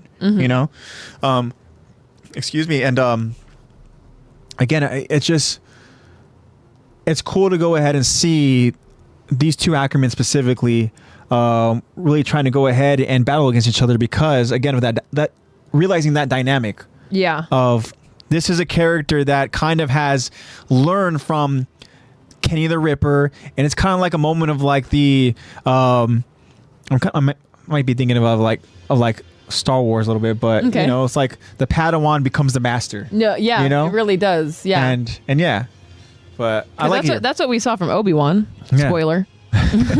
Heise says, I kind of wonder why Levi never shows his emotions. Does he think it's a weakness if he isn't serious, or maybe he has something someone told me, like this little man, or something that someone told me was called little man syndrome to act tough to make up for his high interest. Yeah, little man syndrome. Yeah, maybe, but I think Levi I don't think he knows how to express emotion other than having just like a very like combat what's the word I'm thinking of now you need to help me. Having like, without showing emotion, just having not a numb face, although he is numb at times, not stern. He's showing more of like, I guess stern outlook, because again, his parental figure was Kenny. It's not like Kenny's gonna sit down and be like, what do we do when we're angry? It's okay to cry. No, Kenny's gonna do the opposite of that. Come here, little Ron, you got a little boo-boo. Oh, come on, let me go ahead and You're fine now, rub some dirt on it. it definitely would be like a tough love kind of thing. Like yeah, sorry for the headphone users for that slap. I tried to do it away from the mic so it wouldn't be as loud. Get it right into the mic? I tried to do it like down here, but I forget how loud my claps are. Yeah. But yeah, I mean, I feel like Levi doesn't really know how to express emotion because he was raised by Kenny. Like, yeah, I mean, the most emotion he has felt is like pain, anger, maybe suffering. And it's like, we never, I think we've only seen Levi smile like once in the entire anime. And it was when, and that's when he gets punched by Historia. Nice little, He's like, now you can't do anything. I'm the queen now. Da, da, da. And he's just like, I needed that. Thanks. And it's not even like a smile. It's just like a smirk, like a okay. A virtual high five as I clear myself up. Yeah.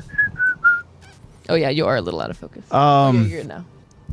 But yeah, the great point there, I say. I mean, we've seen, as we've talked about, in the past episodes, Levi doesn't like to show emotions, maybe because it is weakness. We don't know. Maybe. But I think maybe he does have little man syndrome. That little man syndrome is probably something that was very, very serious in his life growing up. You know, because he is this malnourished runt, and he's had to go ahead and, I'm sure, prove himself to others around him that, you know, that he's not to be messed with. I don't remember. Did we already talk about it on the podcast about this? Not the theory, but it's like, I guess it is a theory, but it's more of just like it makes sense.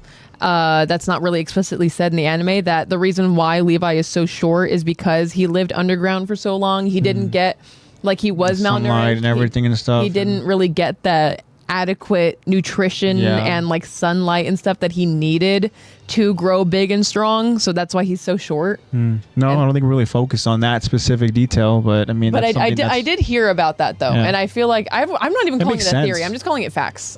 I just feel like that's factual because when it makes a lot of sense, you know. And you always have your parents being like, "Eat this, go outside, you'll grow big and strong." And then I think Levi it's safe to say that. Kenny is the type of person where he's going to go ahead and probably eat the bulk of the meal. He's just going to give little crumbs and scraps to Levi. Treat it like a dog. Like, here, you can have these scraps. Like, you want some of this? You got to go ahead and find your own or something. You know, you never know how the whole dynamic might play out. But I mean, yeah, that's a great point, Lex. Throw him some bread. There you go. Yeah, but yeah, so it's fascinating to go ahead and see this runt that grew up very malnourished, now holding his own against the master, the master here in Kenny, young Padawan. But again, Kenny's having fun with it, right? He's doing everything he can. We talked about how they're so good at just kind of using the surroundings around them as you know, just with combat. Ways that they can maneuver, ways that they can counter, ways that they can protect themselves and stuff, and yeah, but. Let me go ahead and find a cool little moment here as this moment in the episode, Lex. I wrote it down that as Levi's looking down and he kind of has he's gasping a little bit, kind of like what, as he's noticing below him, you know, and it shows all the different scraps of, you know, wood barrel and everything, right? Yeah. Is he gasping because he notices that they're all out of cover? I think that they're running out of time. Maybe so. Maybe it's like one of those things where it's like, oh, we were a little too hasty. Like, we actually need more cover, and we already used it all. Yeah. Like, that wasn't really the plan. But maybe it's more of just like a crap. Things aren't going as planned. I hope everyone else is doing okay. Yeah. Because it's a moment that happens. Because it is when he looks at the barrels. Yeah. Or when he looks at the scraps. Yeah. It's like pieces of barrel and stuff, right? And that's what I interpreted. It's not like he's looking at a bunch of bodies. No, I know. And that's what I interpreted, where it's like, obviously he's looking at the barrels as they have all been exploded. And for me, it happens so quickly in the episode, and it just, again, like, we see it, moment passes by, and we get right into, you know, with Cave-In and Mikasa, right? Yeah. Which we're going to talk about very shortly, but I was thinking to myself, is he looking and kind of gasping because there's no more barrels to use as cover, because they're kind of like, all right, they know that they're strapped with time here, because you got to imagine that they're in this underground chapel, which is, when you watch the episode, there's a lot of space, right? Yeah. So the smoke's only going to fill up so much of the room before it starts clearing out, right? Yeah. Yeah, they have the signal flares, right, which they can go ahead and shoot, but they're going to run out of that as well, right? Nice. Oh. Flip. You went from phones to your... No, what the heck was that? I've never done that before. Cool. What a flip. Let's watch back. Nice. There you go. I was like, what just flew in front of me? Huh? I just wanted to go scratch my forehead. Okay. Sorry, I just wanted to show my sick tech deck skills real quick. But yeah, it's a moment that I saw where I was like, is he kind of like noticing that, hey, we don't have any more barrels left? I don't know. But maybe he's thinking, I think that makes the most sense, right? For time, because they are just thinking like, dang, Eren could be getting eaten right now. Like, we need to hurry up and get Eren. Yeah, I mean, they obviously were very much aware that Kenny was going to be the biggest obstacle because Levi even warned the group. It's going to be like fighting me. Actually, worse. Worse, yeah. So we're not winning. Shut up, Connie. Right. But all right, let's go ahead and let's talk about Kaven now. As Kaven is a character that obviously in the poll that we asked, where she missed 0%. Yeah. Right? Big old donut. Didn't get any love about a supported character. And that's because she wasn't really doing much when the scouts first arrived and they were going and taking out the elites. Herself was just being very, she was just being very observant. And she'd be like you even mentioned, Lex, that she was starting to kind of panic a little bit. Yeah. You know, oh my gosh, they're no match for us. They're taking us down, blah, blah, blah, whatever. Right? And then, let's see what she ends up doing here. And she comes across another Ackerman. Another Ackerman here in the mix here. And this is Mikasa, who Mikasa, she's a badass in her own right as well. She's like, oh, dang it. She doesn't have the experience that Levi and Kenny have. Far from it. But she still knows how to hold her own. And we see here that she is jumping at the opportunity to take out the second in command, and that is Kaven. And she gets damn close too. Right? And much like last week's episode, when we get that moment of Levi as he's just slicing down these elites, he looks very intimidating and very scary, right? I want to say it's like kind of the same thing with Mikasa. Of like, not blood. Is it bloodshed? Is that the word I'm thinking well, of? Maybe. But I clipped it. Nice. We got the moment. Okay, I clipped it. Oh, thanks. Lexi freaking me just smacking like her. I don't even know. Yeah. I've never done that before. Yeah. You can see how surprised I was. It was totally on purpose. I was just, Thank you for that, Haise. But yeah, you could just like, he's just like seeing red. He's just like, I know what I need to do. I'm not hesitating. Yeah, you could Very tell scary again. For an Ackerman to look at you that way. And then so we see another Ackerman here when she's going after Kaven in that moment where as she is approaching Kaven, and we get a quick close-up of Mikasa. Her eyes are very wide. She looks so freaking fierce and pissed off, and there's blood smeared on her face. So you know she's already taking out plenty of those elites, which we saw last week. And you know that she's doing this for Eren. So you know how Eren, she is. She has a one-track mind. If you were in the way of her just getting to Eren, man, you know what? That's one of the scariest things. We talked about an Ackerman, right? Not knowing where they're at. Yeah, to go ahead and add on to the whole Ackerman thing and how scary they are. Targeted. If it is specifically Mikasa and she has to get through you to get to Eren, that is a scary thing. Good luck with that. But to go ahead and again talk about Mikasa and how she is just so, again, viciously going to go after Kaven. She goes and she tries to strike Kaven, but she goes for literally to swing and decapitate her. Yeah, like just a one swing. Like it's not a nape cut. Kill. It's not a nape cut. No. It is a full-on decapitation. Yeah, and then obviously Kaven, she's able to, again, just narrowly escape. We see her kind of just barely move out of the way. Yeah. Right? I mean, Mika's still able to go and get some of her, her hair. She got a little bit of a haircut, and that's how close it was. And yeah, so Kaven herself, she's now trying to go ahead and escape while Mikasa is just, again, a character who you don't want to go and mess with, and you have Mikasa who is now hot on Kaven's trails. So we'll go ahead and we'll talk more about that moment very, very shortly, but it says now back to Levi. And Levi kind of does a little, we talked about crafty there, right? He does a little trick where this is probably like a backup plan of his, right? Yeah. Where he has this little almost like a canteen, but it's not a canteen. Yeah, that's what I was thinking. Like, what is it? It's like a little pouch. Yeah. Like, what did I refer to it as here? But like a bottle? Bag. You said it was a small bag. Yeah, it was like a bag. But small bag that contains liquid. Yeah. It was like this pouch that had like a drink lid, almost kind of like screw-on lid. Whatever. So I guess, it could be like a water canteen, Yeah. And stuff. And obviously there isn't water in there because he uses it as Kenny is, again, has his eyes set over on Levi, right? He's preparing to go ahead and shoot Levi again, and Levi's able to go ahead and use this kind of backup plan here, and he throws this like water canteen that doesn't have water in it. As a matter of fact, it has like, I'm guessing, gasoline. Like gasoline or some kind of lighter fluid-esque kind of liquid.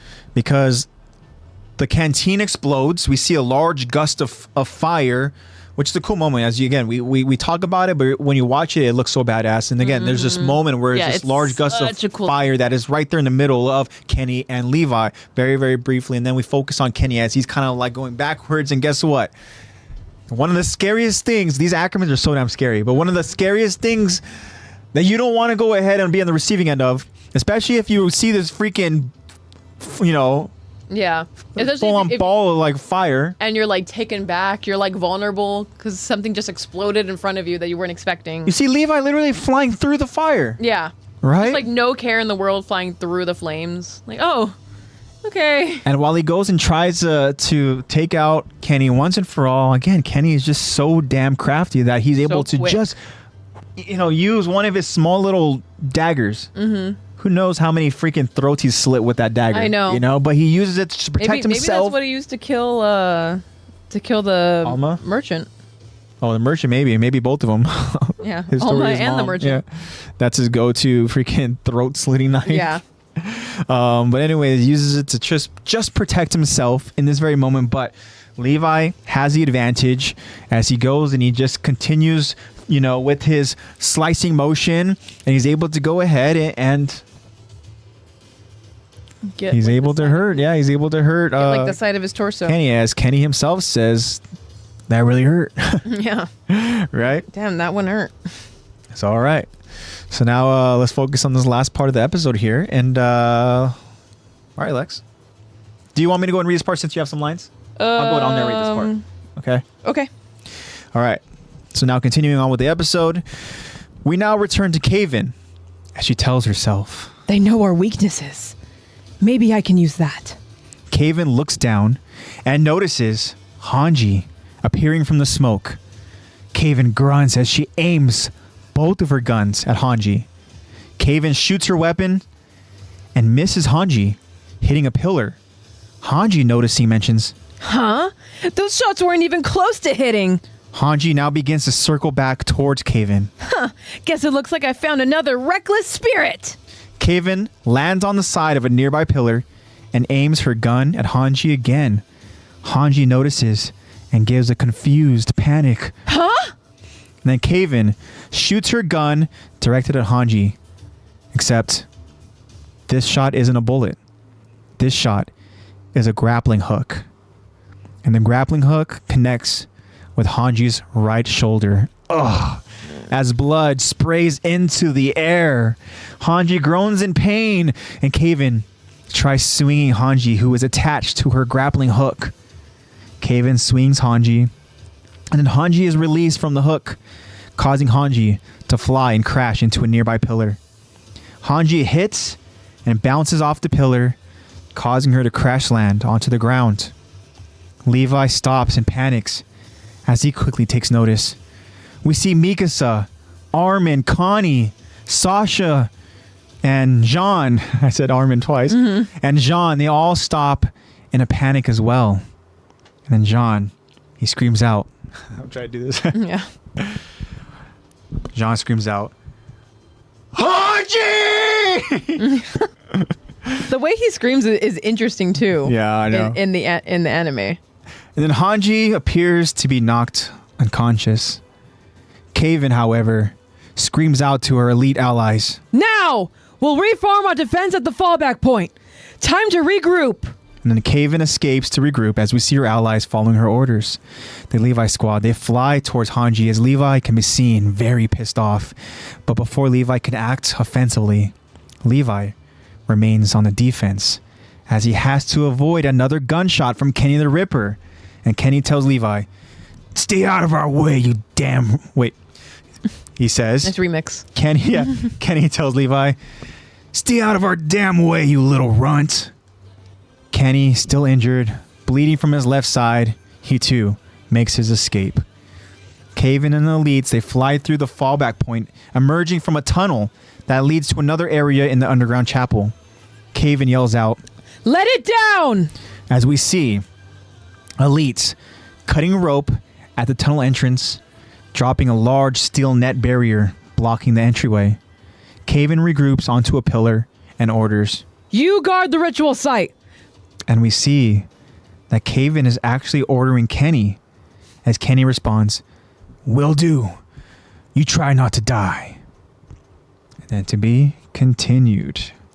All right. Lexi's getting some love. Heise says Lex actually sounds like Hanji's voice actor. I am Hanji's voice actor. Yes, no. You wish. Hanji's just like, she's just in my natural register. Me and Hanji just have that same kind of voice. So it's easy for me to do her English voice actor for me. Love it. Yeah, I've already told you plenty of times that Hanji is the voice where you, whenever you do it, I'm like, yeah, that's Hanji. No, I feel confident, and it's like, I think Hanji is my best voice. Ooh, Bad has an interesting question for us. Who's your favorite B tier character in AOT? Someone you're just the biggest fan of, but doesn't really matter much to the story. Not main or supporting character. That's an interesting question. Okay, oh my god. I have an answer for you. Okay, and it's the first person that came to my mind, the first character. I have two of them actually, right? And we talked about this character plenty of times, so I'm going to say one that, well, we talked about both of them plenty of times, you know, but the first one that came to mind, the first character came to mind is Mike. Yeah. Because Mike is a character early on where we're introduced to him. Mike is a character where for people who forget about him, because people do forget about Mike because he was gone so early on. He was just Not introduced and then he's gone, right? But he's the character who he has a good sense of smell. He can smell certain things and everything, right? But when we were introduced to him, we finally realized his strength, he's literally described as being second in terms of scout and being strong and being, skill, being able to take care of these Titans. He is second only to Captain Levi. Yeah. Can you imagine if Mike was still alive and we had his combat? Can you imagine if Mike was here in this moment? We both thought the same thing. Yeah. We're like, imagine if he was as soon as you started saying it, my mind started thinking about it. Oh my gosh. And then we always go through these hypotheticals where like, if he was still alive. Yeah. Oh, Heise says interesting. Mine is Thomas. Interesting. Okay. Wow. Thomas is a character really gets no love. That's a throwback. Yeah. Thomas dies in like the first. Does he not die in the first Titan encounter? Yeah, well, it's the first. When they go back to it's the first little mission that the scouts have. They're newly scouts, right? And instead, he's part of the group where Aaron and Norman are Thomas Wagner. And then they decide to have a little competitive game by trying to see who can kill the most Titans. And not the right mindset to have for your first expedition. Who's your second character? Marco. Marco is your second character. Is he not important to the story? Oh, he is. But in terms of like, but he's not a main being able character. to see where he's at and stuff, he obviously is dead. Ooh, good catch. But that could have been number 4. Yeah, that could have been, but I caught it. But yeah, Marco's another character. But he is not a main character. He's just Jean's main character. Yeah. I thought, who I thought you were going to say? Who? I thought you were going to say Hannes. Oh, because that's who I was thinking. Hannes is a big part of the story, though. Yeah, but he's not a main. That's true. Character. That's true. It's up to you guys. You could say that he's main. Yeah, but I say Marco was great. In the grand scheme, maybe he's not that much of a main character. Yeah, Hannes. Hannes is a very special place in my heart. Yeah, that's why I'm surprised that you didn't say him. You know what? Because I just was. Those are the first characters that came to my mind. Was Mike, and maybe it's too because Mike again, awesome, he's a character that has so much potential, and unfortunately, he encountered the Beast Titan. Yeah, and that's the only reason why he is not here with the rest of the scouts is because. He had to go ahead and buy time. He encountered the Beast, and he still went out fighting. He encountered the guy. He encountered the Beast Titan, and it took him a little while to go ahead and find that spirit again. But unfortunately, it was too late because his legs were done.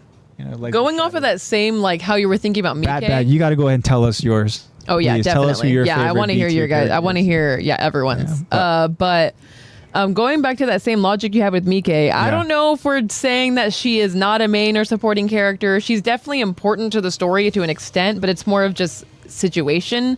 Frida, we just talked about her. Yeah, Frida. About how much potential she had. Yeah. So yeah, I would say mine is probably Hannes for sure. But Frida, she's just an all-around, a well-rounded out character. She just, again, wrong time, wrong place. She was just in a horrible situation. Wrong. And timing, she had not had enough training. She was very new to it and wasn't able to defend her and her family. It just really sucks. Oh, Heise also says, or Carla. Yeah, I mean, it'd be very, very interesting to see how the story would be so different if Carla, if we didn't just get 15 minutes, not even just 5 minutes of screen time of her, 10 minutes of screen time. Is Grisha? He's more of a main character, right? Grisha is a main character. Yeah. Grisha is like very, very important to the story. I love that question, Bad. That was such a good one. That's such an interesting question. I feel like we should ask that to our guests. You know what? Week. We might just have an awesome Q&A. Oh courtesy my gosh, Bad. Yeah. Who's your favorite? Actually, I'm going to start typing it. Yeah, go ahead and write it down on the bottom. I'm going to start typing because I literally was thinking, I was like, I always think of a Q&A while we're doing the episode. Yeah. And then I don't remember at all when we're like discussing on what our Q&A should be.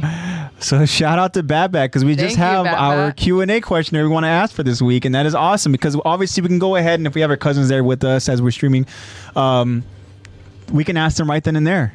So it's a perfect little segue, but that's such a good question. Oh, love it. Yeah, thank you so much. But we still need to know, Bad, who's yours? Who's your favorite B tier character? I love it. Yeah, Thomas is a very, very underrated character. Who is also a character who we can only imagine to speculate is how much character development he would have had. Another one that I was thinking of actually that like the only time that we got to see him, we saw so much character development just in that one space of time, unfortunately until he died in that same episode, was, do you remember Ian? Yeah. Yeah, the one that was Ian was... he was appointed to be in charge of a specific like... He was one of the garrison soldiers and he was the one who's kind of like... or not orchestrating, but he was the one kind of leading the boulder. Yes, this is when of sealing the breach. Yeah, sealing the breach. Yeah. Thomas also. I talked about him. Yeah. Some Thomas love. Yeah. Wow. Okay. Very, very interesting. But yeah, I thought about Ian too for a quick second, but I was like, honestly, I barely remember what this fool even looks like. I just remember thinking like he had such great character development in that scene that he's in. What about some of the OG Levi squad? Oh my gosh, Petra. Petra is like everybody's favorite. Yeah, Otowo, I think we can do without Otowo. But I think in terms of the OG Levi squad, horse. Petra is the one that I think everybody would want to come back for sure. Yeah. Very interesting question. Thank you so much for that Q&A, Bat. What about Marlo? Marlo too. Yeah. Marlo. Moblit. Moblit, yeah. I mean, Moblit he's a good supporting character for Hanji, right? For sure. But I think in terms of Moblit, I mean, it's awesome for him to have that moment where he saves Hanji, right? But man, prior to just that moment, there's not a whole lot of Moblit moments, except for the only other one that comes to mind is when you have the two interior officers who are outside of the door where Pastor Nick was just murdered, and they're trying to go ahead and get after Hanji, and they go ahead and grab Hanji, and then Moblit steps in and grabs that dude's wrist, and he's like, "Don't touch her." Yeah, and that was really cool. Yeah, Moblit has some shining moments. Isis says Isabel and Ferlin. I'm pretty sure those are characters from the OVAs? From an OVA, yeah. Because Isabel, I'm almost positive she's from an OVA. I don't remember Ferlin. Nifa. Literally, whenever I hear that name, I just think about Levi screaming her name before she just OVA, gets her head blown up. Yeah. OVA, yes. Yeah. Okay, yeah. Because I'm pretty sure I remember... I've seen like one OVA, and I barely remember it. But yeah. I remember an Isabel from an OVA. Love it. That was a great question, Bat. Thank you. OG Levi Squad, yeah. What a great question. Thank you for the content. Now, I have to ask that. Let's go ahead and let's talk about this last little moment here that we covered, and that is with Kaven, who is now kind of showing her leadership side. I know that she's definitely not afraid of... I mean, afraid is a broad term, but... There it is. Number four. Lexi drops it again. Floppiest one. Number four. She definitely is not... I'm not going to say afraid because afraid is a broad term, but she's not so intimidated by Kenny to give orders to him. But it also is a very particular circumstance, so I get it. A lot of your squad kind of just got slaughtered. But she's saying the specific side, which is the ritual side, which is where obviously the ceremony is going to take place, right? Aaron so I think that's where Kenny wants to be. Yeah. He's like, yeah, sure, no problem. Yeah. But, I mean, obviously Kenny cares because he tells Kaven, try not to die. Yeah, just try at least. Yeah. Try not to die. Like, I don't plan on it, but okay. But before we get to that moment here, Kaven, she has her sights set on Hanji. And Ooh, yeah. Hanji, she has a slip up in this moment where she unfortunately is kind of manipulated. Mm-hmm. She thinks that Kaven herself is blindly aiming at her recklessly, right? As Hanji refers to her as. And in reality, Kaven is kind of baiting Hanji into going after her, knowing what she's going to go ahead and do, right? And it's because she's aware that they know what their weaknesses are. So because she goes and she wastes both shots from her guns, right? That gives Hanji the confidence, right? To think, oh, she's out of ammo. She can't shoot me. To just like, okay, now I have the advantage now. I'll just go in, short range. I have the advantage. I got it. Where Hanji not aware, none of us really being aware that, they have grappling hooks. Yeah, they kind of have the way that they can move, and they can shoot that at you. A grappling hook piercing through your shoulder. Straight through. Right? Like, yeah, she gets Hanji very, very good in this episode. And yeah, you could see the pain on her face.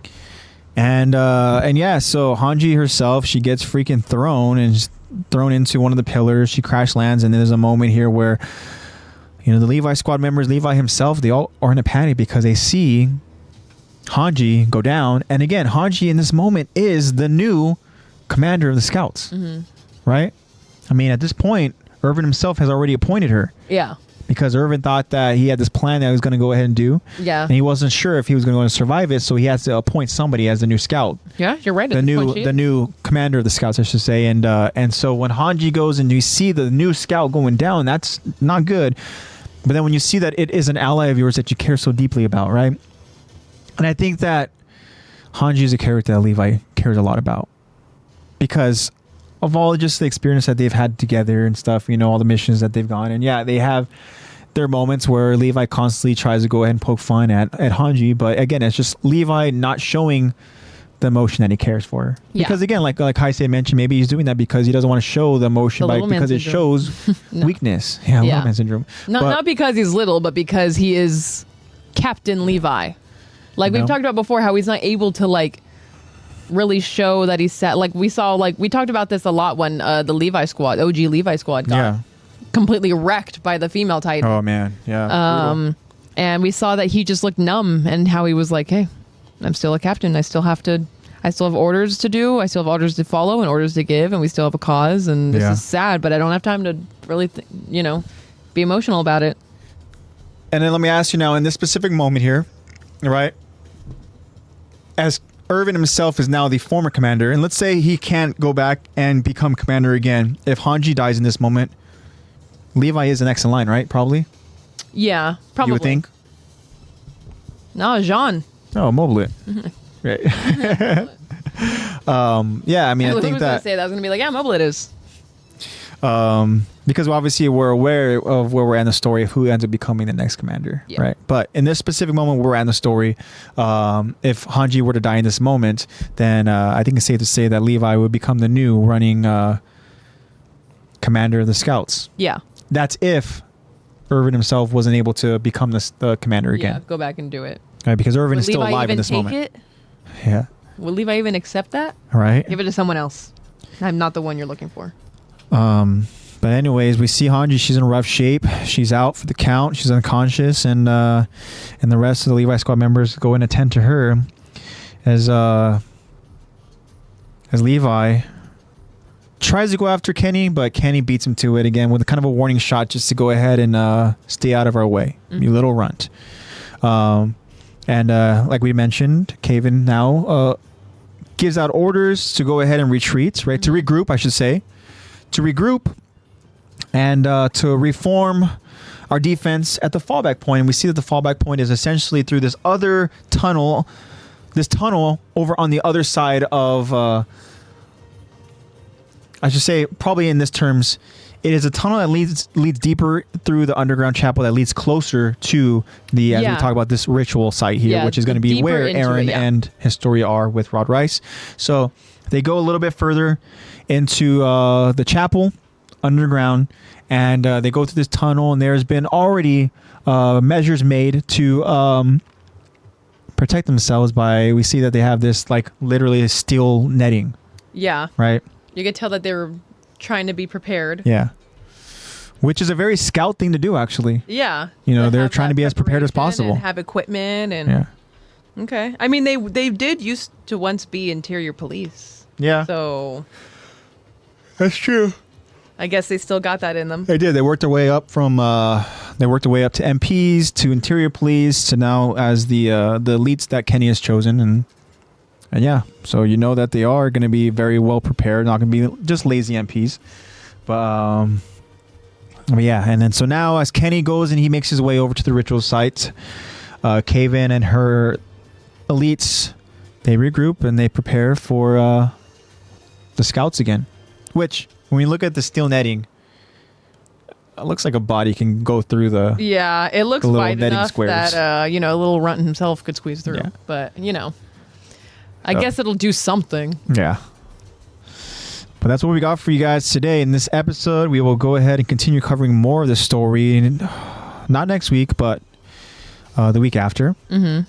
So stay tuned. Next week will be a fun little OVA that we do. We talk about different topics. And if you guys have anything... Bring your questions. Yeah. Anything you guys want us to go and cover. Anything AOT related. We'll keep you guys updated on the exact date and time. Yeah. But as I mentioned, most likely we're looking at Monday. Memorial Day. So hopefully you guys don't have work. Yeah, hopefully.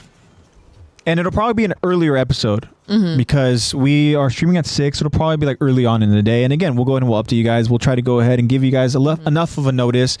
Probably on... we can probably try to go ahead and update you guys over on Sunday. And is there a time change? Wait, no. We're matched up with... Yeah. There's no time change over. Okay. I was like, we're matched up with them now, right? Yeah. Yeah. So that'll be fun. We're going to be in Nevada, so... We're going to be in Viva Las Vegas. Yeah, we're going to be in Las Vegas. So that's what we got for you guys today. I really, really love that question. Bad, that was awesome. Mm-hmm. Make sure you guys have your questions ready for us next week. Yeah. It'll be a lot of fun. Thank you so much for all of you that joined us here live and chat here, and even the ones that are joining us here just listening. We appreciate you guys so much for taking the time out of your guys' days. I mean, it means a lot to us that you guys go ahead and listen to us and join us when we're able to go ahead and talk about these awesome topics, talk about this awesome anime, and just come up with awesome questions like Bad did. And just again, collaboratively as anime fans, just joining like we're doing here and on this podcast, and just having fun. It's a lot of fun, guys, and we're so thankful that you're able to go ahead and join us for this ride. We're looking forward to future episodes with you guys. Yep. Make sure you guys go ahead and stay up to date. And to stay up to date, you guys got to go and follow us on Instagram. So if you don't follow us already, make sure you follow us at AttackOnTitan podcast on Instagram. Awesome. Heisa says my Aaron drip should be here this week. Very, very cool, man. Oh, cool. Yeah, the Fandomion drip. SB says, have fun in Vegas. You know it.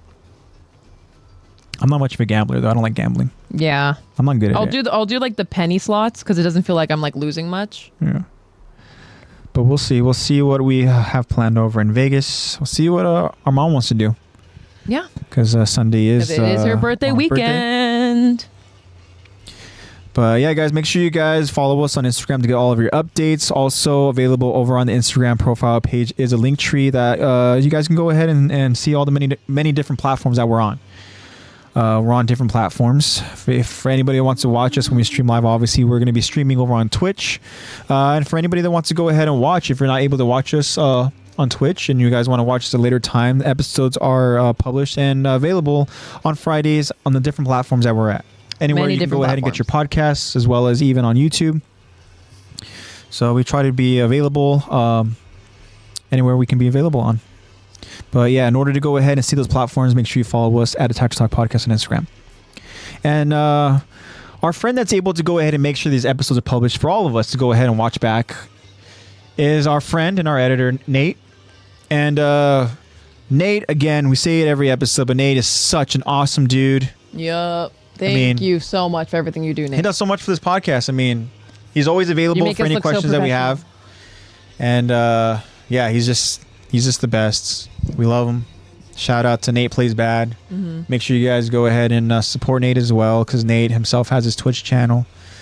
And I believe over on the YouTube, in the descriptions, Nate has his Twitter, where he would like for you guys to go ahead and support him at.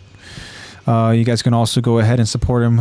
Like as I mentioned, the Twitch channel is available on, in our episode descriptions over in the Spotify episodes and anywhere else you get your podcasts. Mm-hmm. So shout out to Nate. Thank you again, Nate, for everything. And of course, as our friend Heisey said, wait, your cousin's like AOT? Yeah. Oh, yeah. Yeah.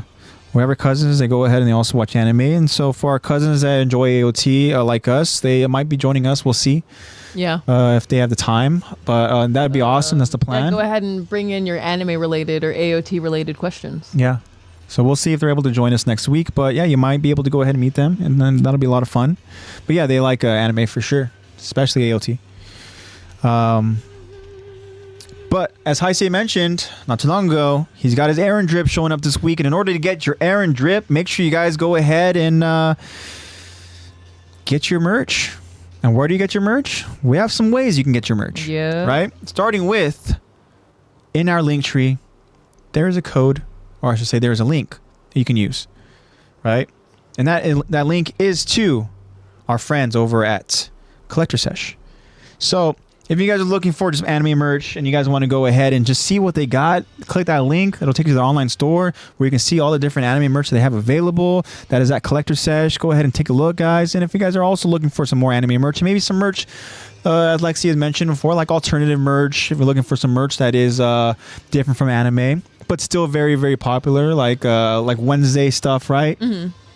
Like pop culture stuff. Yeah. Whatever is popular. You know, MCU, DC, just different kind of stuff. All kinds of stuff. There's a link for you guys to use, and that is a link to the Fandomion online store, and that is a store where you can go ahead and browse for days, man. It seems like they have so much available. You could look forever. I have spent hours on that website before. And if there's anything that you like, for example, like errand drip, right? Anything errand related. I mean, shoot. If you see something that you like, and you want to go ahead and purchase it, guess what? Lexi has a promo code that you can use. And that promo code is Lex. Easy. Promo code LEX for 10% off of your guys' purchase. And yeah. I have a Fandomian update too. Oh, let's hear it. More merch that's being released, and they went ahead and let me know there's some more anime-related merch. Animes like Tokyo Revengers and Death Note. Oh, there's some pretty cool new Death Note stuff out there, and I don't know if I'm going to be able to show. Should I try to show? You can try. Let's see if I can. Do your thing. I'll bring the mic over so that you guys can. Okay. Happen again. Off again. Is it? It's behind you. Hey guys. Okay. So here's one of the Death Note merch. If it'll focus, hopefully it does. I don't know if it's going to. That's some great stuff, huh, guys? Yeah, that's some good stuff, right, guys? That right there? No, you're going to have to go ahead and just keep all right, it's backing it away. Keep backing it away from it. It's here. It's here. It's over here. You back it away and then you slowly bring it closer. You guys can see that, yeah? Slowly bring it closer. It's not focusing. It's not focusing. Oh. Maybe. No, it's not focusing. No, it's not. We are not professionals, guys.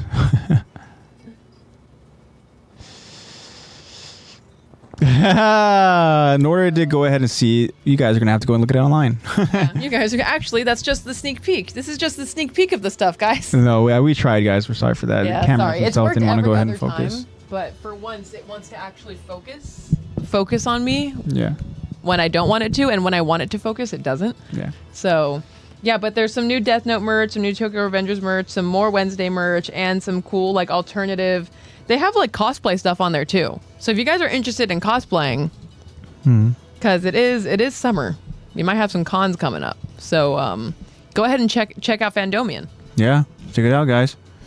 Thank you so much for the update, Lex.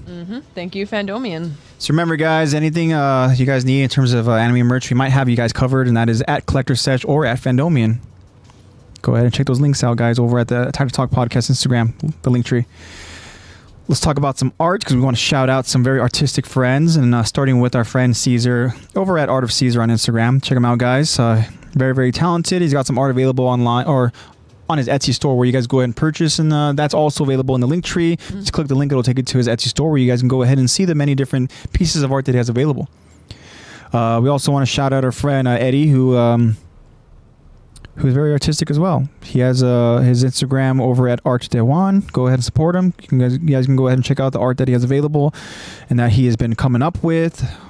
It's very, very cool stuff, guys. We talked about before, some of it is similar style to Caesar, and yeah, it's super cool to go and look at. We also have our friend Marco as well, who wasn't able to join us this week. Marco was here with us last week, who had the tummy ache. Who was trying not to go and puke. He had just worked out. Yeah. Probably went too hard for his first time back. But yeah, Marco is very, very talented with his art as well. I know we mentioned early on in the start of this podcast about Berserk, and he has some Berserk art that he's been doing, right? And that's stuff that you can go ahead and see along with at a bunch his of past Instagram. JoJo art. That's really and his cool. Instagram is at Marco Momone, right? Marco Momone, and that O in Marco is a 0. Yep. So Marco Momone on Instagram. Check it out, guys. If you guys want to see your Berserk or your JoJo art, shout out to Marco, shout out to Eddie, shout out to anybody else I'm missing. I know our friend of the show, Kyron, also is very, very creative. He's so creative that he does our TikTok as well. Yeah. So He's our TikTok if you guys want to go ahead and check out the TikTok, which I believe is also available over in the link tree. Go check out, see all the different TikToks that Kyron's been coming up with. Go ahead and support Kyron. Kyron also has in his own personal Instagram, he does photography, so shout out to that as well. You guys can go ahead and see that at Portraits by KA. That is Portraits by KA. Shout out to Kyron, and hope you are doing well, my friend. Shout out to everybody that listened to us. Huge shout out, of course, to Heisei SB, to BadBad, to Eddie, to Lovey, who was there early on. If I missed anybody else, I apologize. But you guys are also awesome. We love it whenever you guys join us, and it just makes the podcast just that much more fun. I mean, it really does. You guys are so special, and we love you guys so much. So make sure you guys keep spreading that word. The more the merrier, guys. The more friends, the more fun it's going to be, I feel like. Remember to look out for future Q&As and future poll questions that will be posted over on the Instagram. Your feedback is needed and very much appreciated, as you guys can tell by our awesome banter that we have with all of your guys' responses. Yeah. We love seeing the results. We love seeing the responses, and it's just a lot of fun to go and talk about. And even for us, even to get a different perspective and to learn more about Attack on Titan, because you guys give us some awesome perspectives that are completely different from ours, and we see it in a new, different light. And a lot of times too, we even learn more about certain characters and more about their, the story and all that, just by some of the responses, and it's cool. So get new insight. The more responses, the more feedback, the more we learn. BadBad said my brother lives in Vegas. Nice. Shout out to your brother. Ooh, shout out. And she tells us to have fun. Thank you so much for that, BadBad. And alrighty. So, in closing, guys, reminder to go ahead and make sure you guys look out for that update, because as Lexi and ourselves have mentioned that we're not entirely sure when we will be streaming next week, but we will up to you guys. We hope that you guys join us. It's gonna be a lot of fun. Heise, thanks so much for that, Heise. Shout out to all of you loyal fans. As I mentioned before, guys, you guys are so awesome. We love you guys so much. You guys know the drill. Just spread that love and positivity, man. That's what it's about in this world. This world is so much negativity, so much hate. Why? I don't know why, but guess what? We can do our part by not spreading that love. I mean, by not spreading that hate, by not spreading that negativity, by spreading that love, by spreading Spread that love. Having that kind of positive mindset. And I know it's hard, guys. Trust me. It's hard, especially when you go through your everyday routines over in life. And sometimes, we do some things that we're, maybe not necessarily excited about. But you never know, guys. Right? You never know. Life is short. Just go ahead and just try to take life with just joy and positivity and appreciate it, and spread that love and positivity, guys. So that's all I got for you. This is AJ signing off, saying I love you guys. Attack to Talk loves you, and I'll see you guys next week. And go ahead, Lexi. Yeah, hope to see you all next week. Be sure to look at Attack the Talk podcast on Instagram for all updates, like we mentioned before. And have a safe week, guys. Bring all your questions and your friends. Let's hang out next week. Do it. All right, guys. I'll see you guys in Vegas. All right. Love you guys. See ya. Bye.